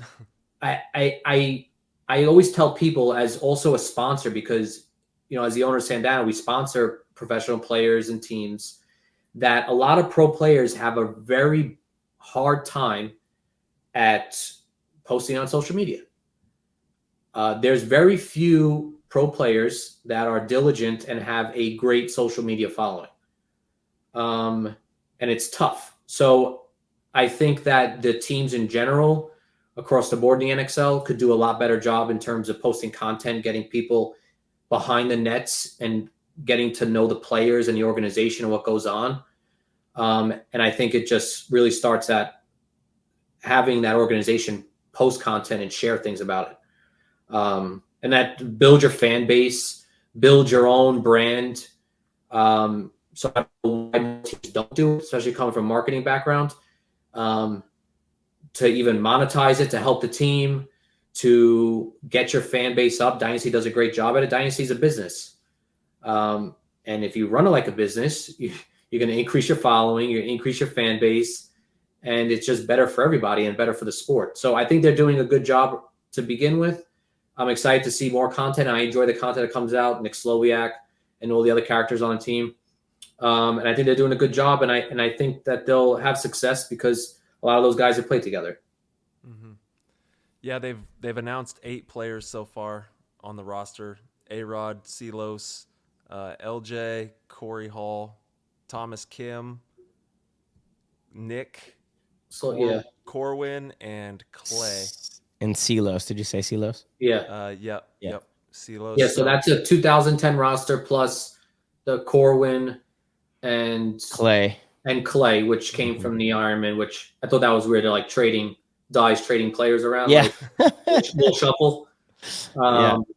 So yeah, I think that what's good about the support they have is that they're advertising it as like a die team, and it's not almost like a rivalry. They're like another set of, and I think they'll have that full support, which I think is good. Oh yeah, and possibly even pick up another player or two, depending on, they might be trying to go in with 8, but I guess we'll see here shortly if they're going to pick up any more players. Maybe some more announcements. I believe they have 2 players that I am aware of. One they've confirmed with, and another one. Nikita? No. Okay. Or Trey? Who's Nikita? Oh, Trent Nita? Trent Nita? Yeah, no, sorry. No, not him. But 2 players that have not. We'll see. I also think that they're like maybe waiting for a potential like top level pro or mid level pro that might come from another team. So it's kind of we'll see. We'll see. Because there's still time. Totally. Yeah. There's still time. Totally. But I think there's 2 young bucks that they might be picking up. Interesting. Hey, we all know they're hungry. They're hungry for it. Shock is ramped up, and their counterpart Ironman is hungry too.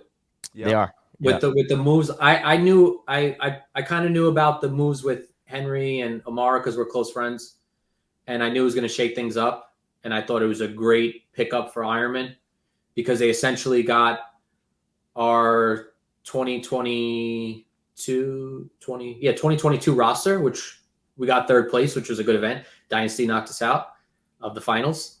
And you have essentially 3 or 4 players from that Revo line already playing together. So again, like if you're going to pick up a team, pick up players that know how to already play with each other. So it was a good strategy. Yeah. And you were with the Revo camp. Talk to us about your time with Revo. I know that you played quite a bit with them. Yeah, so coming off of 2 years with Seattle Thunder, towards the end of that year, I was in the talks with Henry about possibly moving over because the travel was getting tough on me. Flying to Seattle is rough. You have to get like on this little, especially where we practice in this little town, like in Oregon, you have to get like on this propeller plane in the middle of the night, sleep at Really? Yeah. to go into Eugene, Oregon. Oh my God. Yeah, so I would have to fly to like Denver, then get on this little ass plane. Oh no! And Corey would pick me up at like 1 a.m. and sleep at Corey Field's house. Like we weren't like well funded. Dude, yeah, Corey's the man. Corey is the man. Absolutely, so much respect for Corey. Yeah, Corey and Map Chim.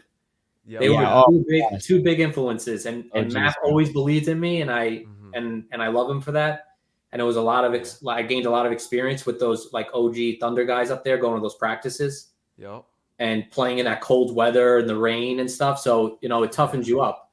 And dude, I played on the Naughty Dogs way back in the day with both of them, and I would fly. Did you play with Mikey Lou?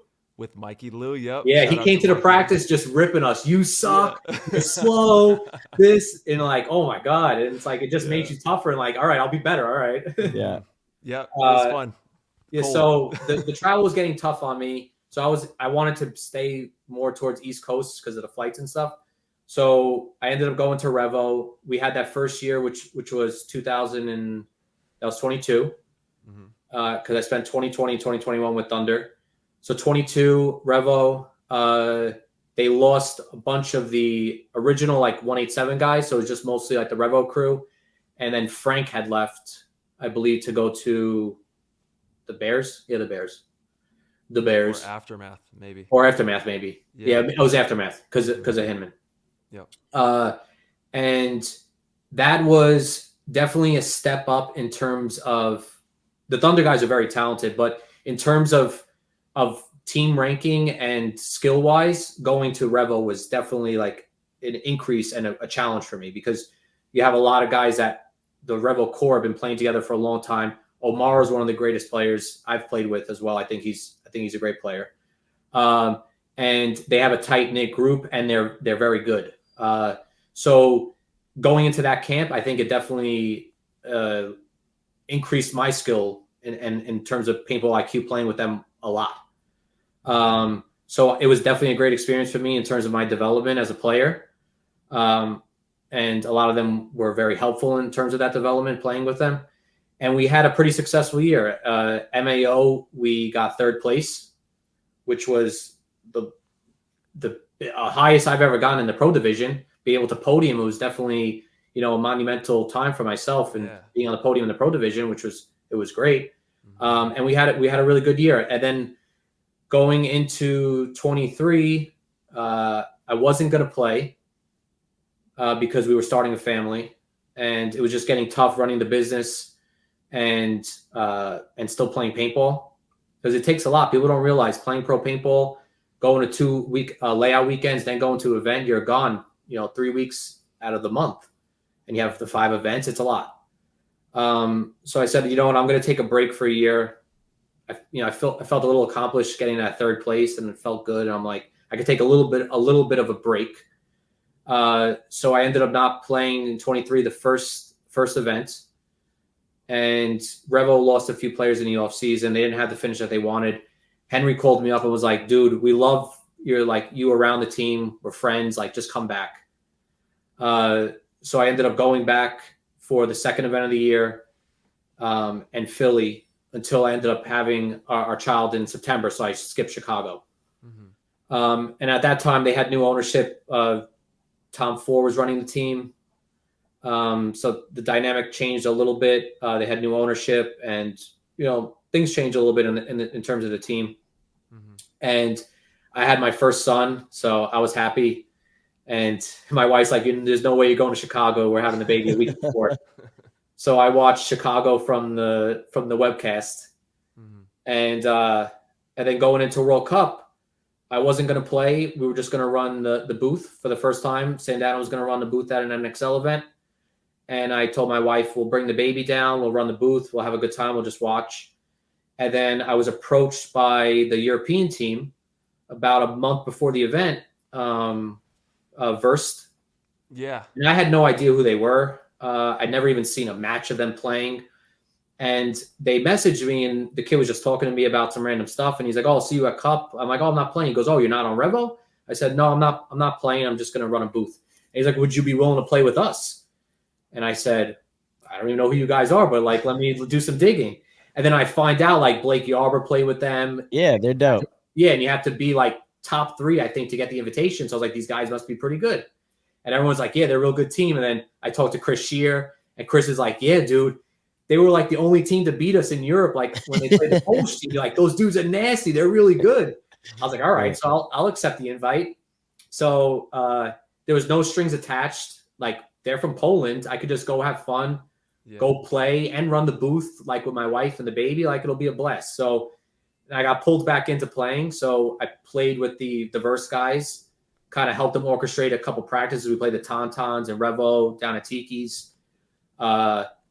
They showed up, had nothing booked. They just thought like America, you just show up and play paintball. So we squeezed in points like wherever we could. And I was like, this looks a little rough. Like, these guys aren't used to the way US plays, because they play with 3 pods. So we're getting like our ass kicked the first few points. And I'm like, I don't know how well we're going to really do. Like, they're not used to this. So then they started adapting kind of pretty quickly. And I was able to help them a little bit in terms of the US play style. I'm like, you have a lot more pods, shoot your paint, keep the lanes going, shoot a lane even though there's no one there. Just keep shooting. And they started to adapt to like the US style. And at Cup, we went 2-2. We almost beat the Russians. It was a close match. And I think if they didn't do they got rid of buys for World Cup because of the more teams, I think we would have possibly got a buy. But I had a great time. It was fun. The wild card, I think. The wild card. Yeah, they got rid of wild cards. Yeah. But so we were on the brink of a wild card, and it was their first, national event. And we beat the Hurricanes and Notorious, and the other two matches were close. Yeah, that's a fun experience, getting to hang out with those guys and play. Yeah, totally different. I never played with Europeans. They don't speak English. The bunker names are in Polish. I'm trying to learn Polish like the weekend before. Yeah. Keep you on your toes, man. Yeah, it was definitely an experience. Yep. And there's something really profound about that experience that makes you a better paintball player too, because you got to adapt. You got to you learn different things. Like I'll never forget. I learned from, this is kind of weird, but like I normally before matches I don't even stretch. I just go out there and just play. Like I don't do a jog. I don't do a stretch. I just go out and play paintball. And the coach like barely spoke English, and he goes, "Mark, go do sprints." So you have me doing sprints like 5 minutes before my match. I'm like, I never did this. What is this shit? And so I'm in the pro pits doing sprints. I'm like, I'll listen to this guy. I'm not going to be disrespectful, and I'm going to be humble to new coaching and stuff like that. So like I'll go do these sprints. So I do sprints like 5 minutes before my match, and then I go run to the corner, run snake over the brick, and I'm like, oh, this is a breeze because my body is like already on level 100. Dude, bro, he's sending it out there. I'm going to take this moving forward. Thanks. I'm going to warm up to compete. Yeah. Huh. Weird. Novel concept. Damn. Listen, sometimes if it's not broke, you don't fix it, Yeah, but we're getting old, man. So it will break if you don't warm up. You got to do what works. My warm-up routine is actually like one of the most important parts. It's like, obviously for the body's important, but it's also a time mentally to really clock in, and prepare yourself for what's about to happen. Yeah.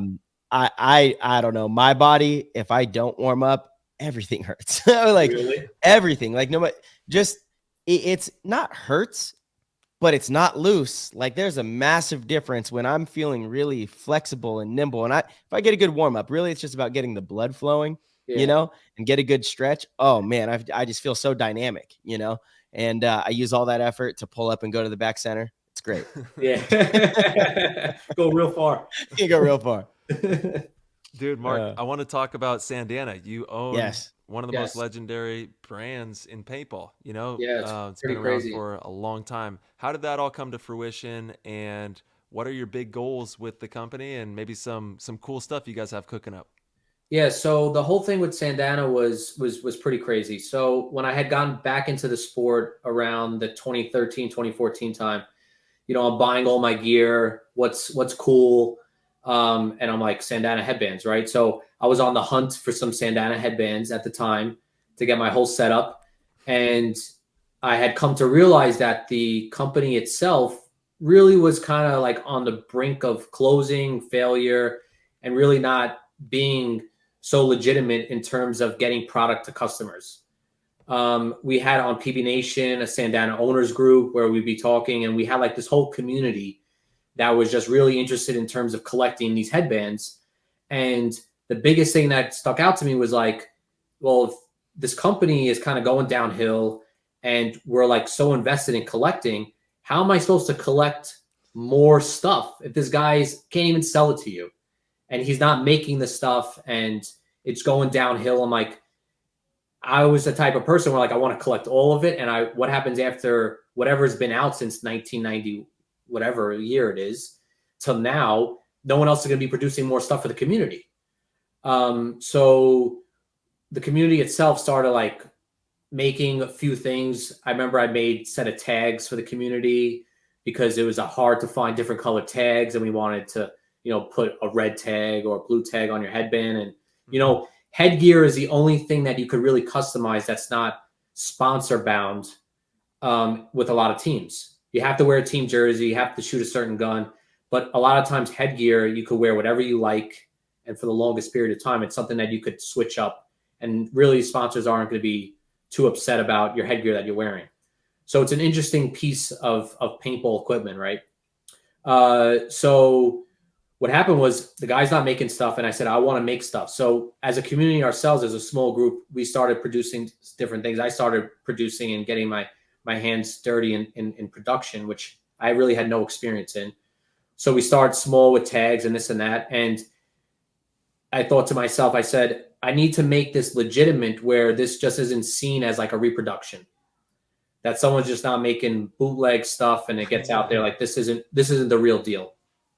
So I did my due diligence in terms of how could I speak to members of the community that were linked with the original business, as well as what would I need to do in the background to be able to revive this brand and start actually manufacturing product that would be seen as legitimate, because I would own the IP and the business itself and then become the face of the brand, because the community had seen me as reliable and I knew who I was as a collector. So I gained the trust of the community that whatever I produced and sold to them, that I would follow through and produce it and they'd end up getting it. So I did my due diligence, did what I needed to do in terms of being able to legitimately own the business, and then just jumpstart it out of nowhere and learn how to manufacture headbands, packaging, product, website, web development, all those things I needed to learn, just processing orders, packaging, shipping.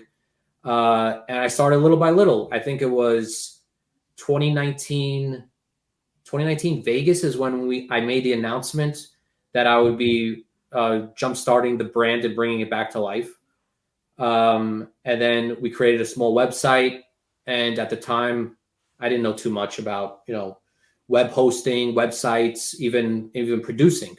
But I did have one thing in mind, is that I wanted to work with other companies and also help paintballers that were in the community of the Sandana community to be able to also participate in the growth and rebrand of the business and have them participate and be part of it. So my original sewer was a paintball player.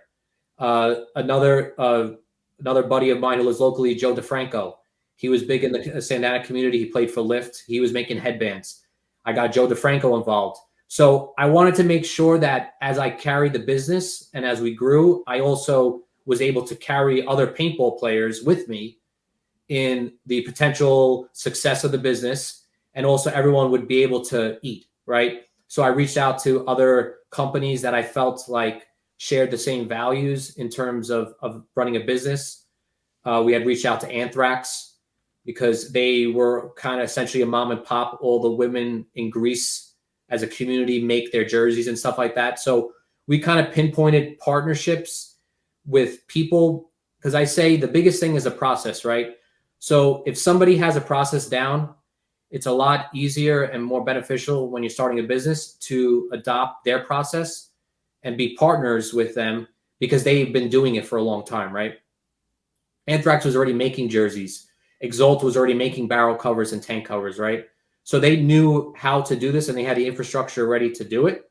So being able to have strategic partnerships with those other brands makes it a lot easier when you're starting out and don't know much about manufacturing or running a business or production. And you just jumped in. You just went head first. Just jumped in. I'll never forget. We did our first launch in 2019. And I had no idea how big the brand could be or how many people were actually interested in it, because we had a small community and we weren't really in touch with everybody outside that really appreciated the brand. Mm-hmm. And I went to a bachelor party and decided to do a midnight release with my wife at home. And I'm at the airport and my wife clicks it live. The site crashes. Oh, I'm getting a million death threats, messages. It doesn't work. The site's down. I couldn't get an order, this and that. And my wife's like, we sold out of everything. And I'm by myself. I got to process all these orders. And it was like hundreds of orders. Oh. And I'm in Punta Cana on the beach. And I'm like, I am so sorry. I didn't know how well it would do. And you're at home by yourself. And it was just the amount of the huge learning curve and the development that we had to go through in terms of growing the business and just getting adapted to the way it would run was just huge. And I look back on it and we just laugh at some of the old processes and the things that we did. And you just were naive on how it all operated. And you just think back, wow, if I knew what I knew now when we were running it, yeah, of course. That's the only way to learn. Really, you got to just go for it. It's definitely been life-changing. and it also really solidified my attachment in terms of the paintball community, because it's part of our livelihood now. And you have to be in touch with the community, you have to be in touch with the audience, what people are wanting. And you have to be out there, you have to be sociable, everyone needs to know you're there in terms of support. And it's like we're in paintball forever now. Yeah. Well, and man, what a blessing that is. Paintball is the best, and you own like a brand that resonates with so many people in the paintball industry from such a long time back, and it's still doing big things. So what's the future plans for the company? I know you guys are staying hungry too, moving into the new year, and gonna probably have some new stuff dropping, I would imagine, coming into the season. So we're excited for this year. Every year, you need to adapt. I say as a business, if you're not adapting, then somebody else is going to come in with innovation, and you're going to be old news. So you constantly need to keep the attention of your customer base and innovate. So we take pride in making everything in the US. So all of our headbands, headgear, now we're making denim jerseys and pants like the old school ones. It's all sourced in the US, and everything is sewn right in New York. It definitely cost us a lot more money than outsourcing to overseas. But as Sandana being America's headgear, it's important for us to keep it in America for the most part, as much as we can. So we have definitely a lot of cool new products that we've been developing over the years. So we have a new denim jersey that's coming out that's remnant of the old school. New denim pants, which is like full flying skull and snake stripe denim pants that hasn't been around since the 90s that people were chopping up to make headbands. And then we've been, innovating with what we could do with our denim. So we developed a full denim backpack, so like a full Flying Skulls backpack, which looks so dope. We made a duffel bag, so tank covers in denim. So we're definitely always trying to innovate and bring a new product into the marketplace that's handcrafted. And then we're also excited this year. We're going to have some new strategic partners, like JT made a resurgence in the past couple of years. So expect us to be working with the JT brand to bring some old school vibes, some old school jerseys and products with the JT branding on them. So I'm excited for that. And then also our graphic designer is a pro paintball player. So he's heavily involved in designing. Jared Lackey, I have to give him a huge shout out. He does a ton of our work. And again, like I love to keep it within the core of paintballers where I can. Yosh Designs, which now is working, I think, for JT. He does a lot of our videos, flyers. So I think it's important to kind of support all the other creators in the space. So they've definitely all been helping. So you'll see stuff from all of those groups of people and different companies this year. Love that. Man, you guys are crushing it. Hell yeah, dude. Keep it up. Marc, we have actually a guest from the Discord that's going to call in and ask you a question. So it's something cool that we do. If you're one of the Discord members and you have access to the guest questions channel, if you ask your question and it gets the most votes, we allow you to call into the show. So, Papa Sash. Yeah, we have Papa Sash. Let's see if we can get him on here. Dude, he was in the DMs telling everybody, hey, vote for me. Vote for me. He was. All right. We're ringing. Let's see if he's ready. I told him to be ready. Papa Sash is from Texas. He's out in the X Factor paintball area. He goes out there quite a bit. Cool. And he does some OG like builds with paintball guns. And nice. Drops some exclusive videos Papa for the Sash? community. You there? Papa. Hey, how's it going? Good. Fantastic, man. Welcome to the show. You are What's up, Papa? Live here. Very exciting. Long-time listener, first-time caller. Nice. Dude, let us have it. We got the Discord guest questions, and you won the votes for the night, so let's see what we got popping off. How's it going out there in Texas? It's great, yeah. Wonderful paintball weather going on after a cold, freezing day last weekend or a couple weekends ago for the Aftershock tryout, which is pretty exciting. Yeah, but I got a question for Marc Barolo. Oh, go ahead. Yes, sir. Oh, it's cold. It was cold All right. out there. It was. All right. So, hey, so we had the big news that Energy Elite was going to merge with the Bears, but the season before that, Thunder merged with the Bears. And I'd heard some rumors on the Discord, actually, that the name of the team was going to be the Brooklyn Bears, powered by Energy Elite. But shouldn't the name of the team actually be Thunder Bears, powered by Energy Elite?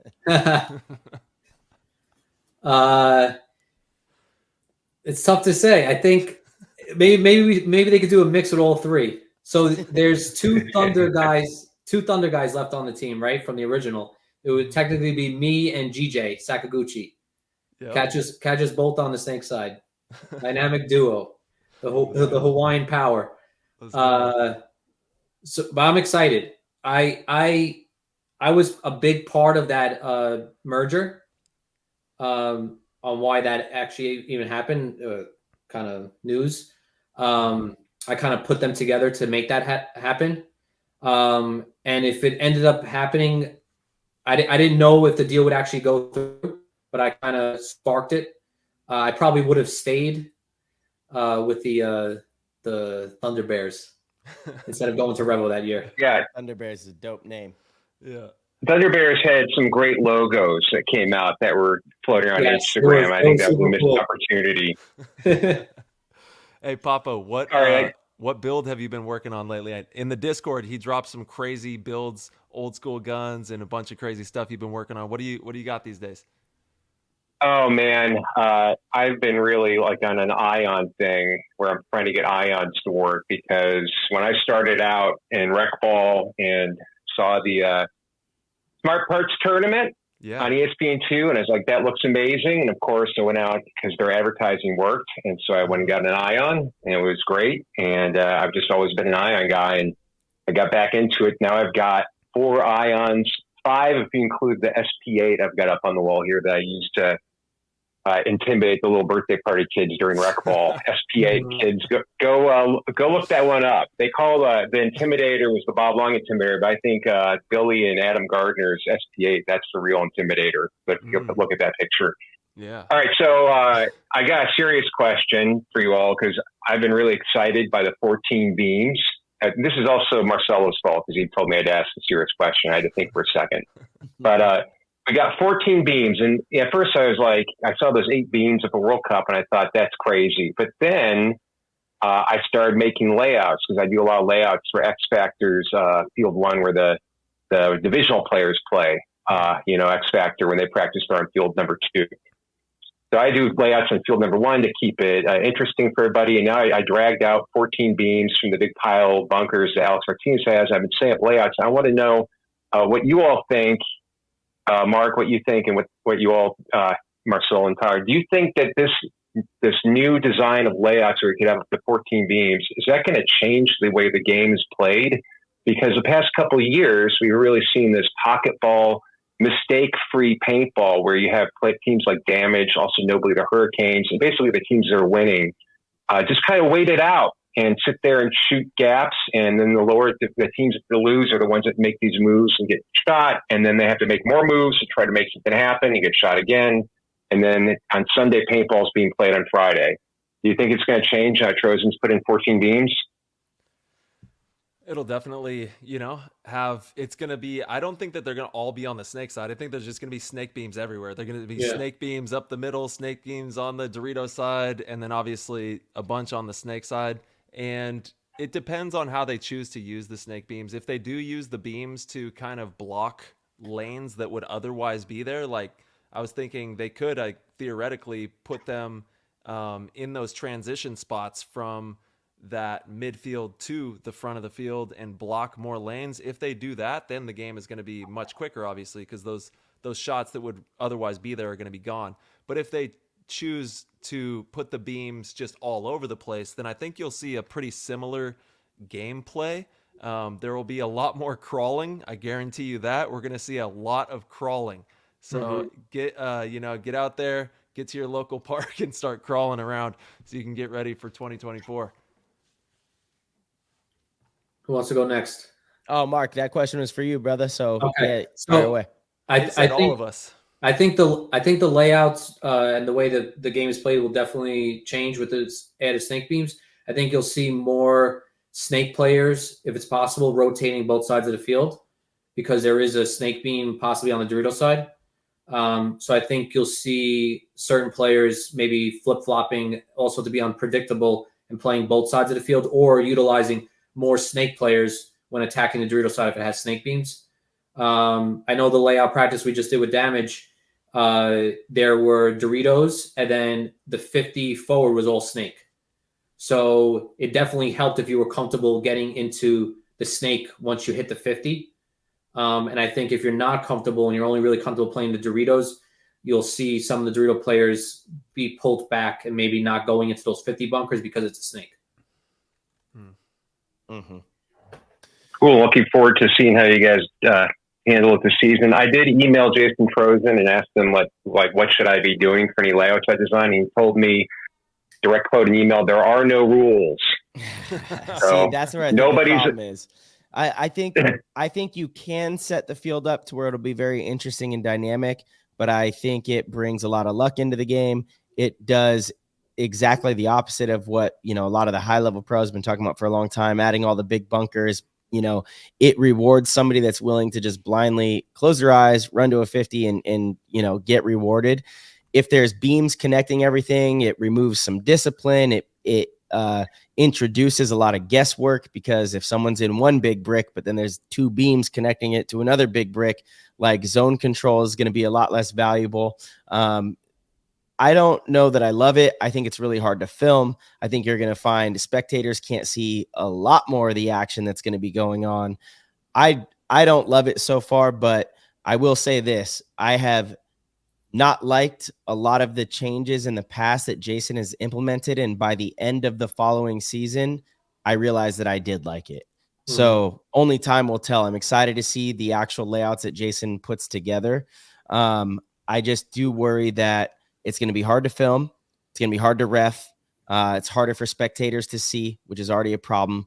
I think we want less players on the ground and more players on their feet. More players on their stomach means they're going to have less information. It means that you're either going off of guesswork or, it's tough to make good decisions. So I don't know that it highlights skill. I think it actually will, reward a little bit of luck and guesswork. But we'll see. We'll see. Yeah. Great stuff. Can I just get sorry. Go ahead, Tyler. No, you're good. I was just saying very soon we'll be out in Vegas in just a few weeks here. Yeah. Yeah, I'm looking forward to it because I think my mind was blown when Trozen did that reverse mirror layout a couple years ago. I told him that it was amazing. Hey, can I do a plug real quick? Absolutely. Yeah, as long as you apologize for what you just said. That was the worst layout of all time. I mean, I've only seen it on rec ball fields, and I just thought he had some cojones to throw that at us. But he did for sure. You're talking about the invitational layout? Yes, the Texas Invitational. I got to play right-handed the whole event. It just made no sense because it was so boring to watch because the same thing was happening on both sides. So it was like, I think the assumption was that it would have been this creative. The one cool thing, and I will admit this, is that you would have snake players go up against Dorito players. Like that was kind of a cool thing. But it was like the same story was happening on both sides, and it was like this ring around the rosy kind of. It was ring around the rosy. Yeah, I think the points and the matches got a little boring. Like you could predict what was going to happen. I went to go hit the buzzer on my side, and Axel was hitting the buzzer on the other side. The two snake guys. For sure. For sure. Yep. Yeah, it was. It's always fun to see what he comes out with. Yeah, I apologize, Marcelo. That was a bad laugh. No. All right, seriously, everyone, please go check out Podrunners Union, which is a thing I started for all Podrunners and pit crew out there. That I love when you guys say that those are so important to any team's success. Absolutely. And having spent last season in the pit crew for a number of different Texas teams and a couple, I think Ironman from one event. You just see firsthand like what difference it makes. And so I started this Instagram. Everyone who's out there who's in pit crew or pod runners, send me your photos and stories and whatnot, and I will feature you. And also check out podrunnersunion.org because I've got a bunch of T-shirts made by Dixon Yang from Local Threads, and also known for X Factor and his shop he does with his brother, and I have 48 left that are just in my closet. So get one for your crew and pod runners out there. Thanks, guys. This is Hey, guys. revolutionary. Take care, man. Shout out to the GOAT squad. Yes, Have a shout good out to night. the Goat Squad. Thanks. Good night, brother. Bye. Peace. Dude, the Pod Runners union is revolutionary. He's the first, I think, ever to like bring everyone together and like have this whole union of That's pod cool. runners. Yeah, so it's really cool to see. He'll like if there's teams that need a pod runner, he orchestrates that and helps no them way. yeah, Oh, that's get cool. it all going. Pretty amazing. Shout out to Papa Sash. Thanks for joining us. And thank you to everybody in the Discord. Yes. We have a lot of questions in there, so we'll get through a couple more before we let you go. And thank you so much, Mark, for your time. I've got one here. This is from Jay Stu. Where was his at? He says, oh, it's Rounder. Rounder, why do you have two last names, Mark?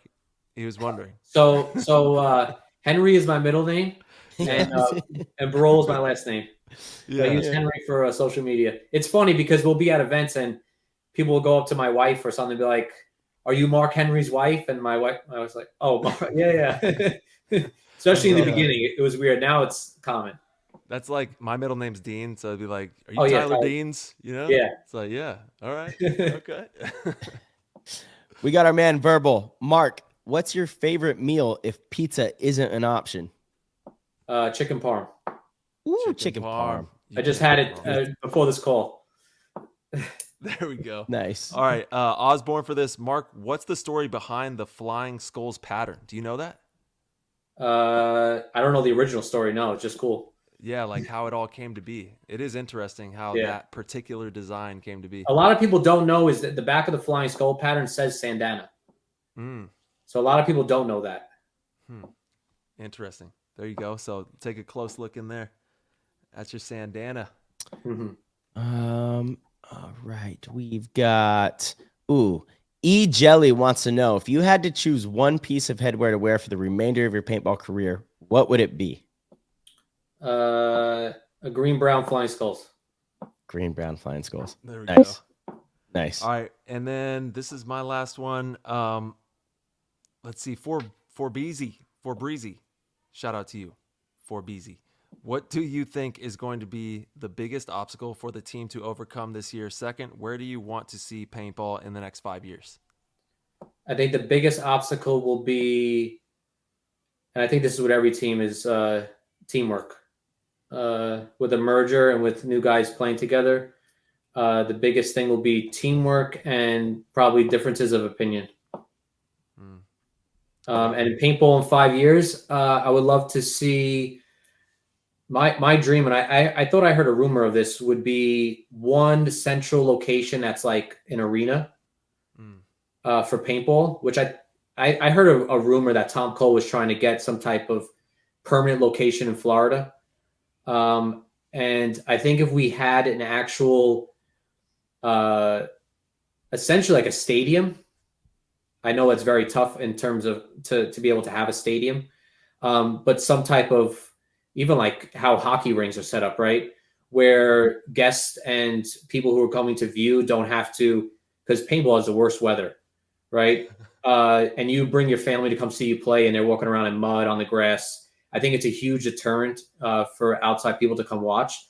So I would love to be able to go to some type of stadium facility that has like, normal bleachers and you're walking on actual ground and there's a parking lot and you can have more people come look at it, not get filthy, not get shot with paint.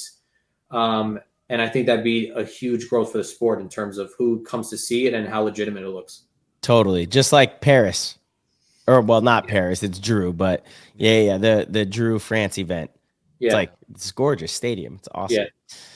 All right, I got Tim, I'm going to go with Patty Rice's here. I'm going to ask both these, and these will be my last two. But Patty Rice, Mark, with Venomware, you had some collaboration with patterns on a couple of the fit jerseys last year, as well as bands for Revo when you played with them. I expect we will get to see some Bears headbands, but can we expect some Sandana Venomware patterns on any pro jerseys this season? So you'll see the snake stripe design. So Venomware this year is going to focus on outerwear, activewear, so all the jerseys, pants, and you'll come to Sandana for the headgear. So All headgear will have the Sandana label, and then the Venomwear branding will be used on everything you're wearing, so your activewear jerseys and stuff like that. In terms of the snake stripe pattern, yeah, you'll see it on Tampa Bay Damage. You'll see it on PB Fit. Now that PB Fit's a pro team, they're one of the new pro teams that we sponsor, and we stuck with them from semi-pro going on to pro. PB Fit will also be releasing their own exclusive line of headbands that we produce for them. So stay tuned for the colorways that they drop. And you'll have, hopefully we'll see who the Bears work with. We'll get maybe some print on the Bears jerseys as well. Anyone who's my friend or in the industry, like a team I'm playing on, I like to, throw the branding on there. So we'll definitely get some Bears merch going. Dope, dude. And then my last question from the Discord is from Tim Dildarian. He says, Sandana is one of the most recognizable names in the game related to headwear. Besides different color schemes, has there been any plans to alter the design? So we'll always have the classic snake stripe and flying skulls. It's like the bread and butter. And then we occasionally like to throw in a new design, but a lot of times we stick with the classic because that's what everybody loves. Nice. Looks like we lost Tyler. Not sure if he's going to make it back in here. But, brother, fantastic episode. Thank you so much for tuning in and rocking with us. Tyler might come back. I don't know what happened. I don't know where he went. But seriously, it was awesome having you on. Appreciate it. Looking forward to getting the season started, seeing how you guys and the Bears do. Obviously, big fan. And I'll see you here in a couple weeks out in at NR. So looking forward to it. Awesome, brother. Thanks for having me. Thank you again. Absolutely. And we'll talk to you soon. Take care. Peace. All right, everybody. Thank you guys so much for tuning in and listening. If you enjoyed the show, please head over to ptgpaintball.com. Click the orange Patreon link in the corner and support the show. We greatly appreciate it. We have tiers as low as $1.99 a month. That is nothing, guys, and it'll give you access to the Discord where you get access to the players chat and get to mingle with the entire PTG community. We have tons of different pros in there. Tyler and myself are very active, and it's an amazing way to support the show. We also have amazing other tiers. If you want to be one of the best, want to be a GOAT, sign up for the GOAT tier. It's the greatest way to support us. And each month we do a private live stream show, one-on-one kind of thing, to where it's just the GOATs, and Tyler, myself, will bring in some special guests every now and then, but you get to ask us questions in real time, live on the air, and you get lots of inside juicy news that we don't share on the show. So, as always, we will see you guys very soon.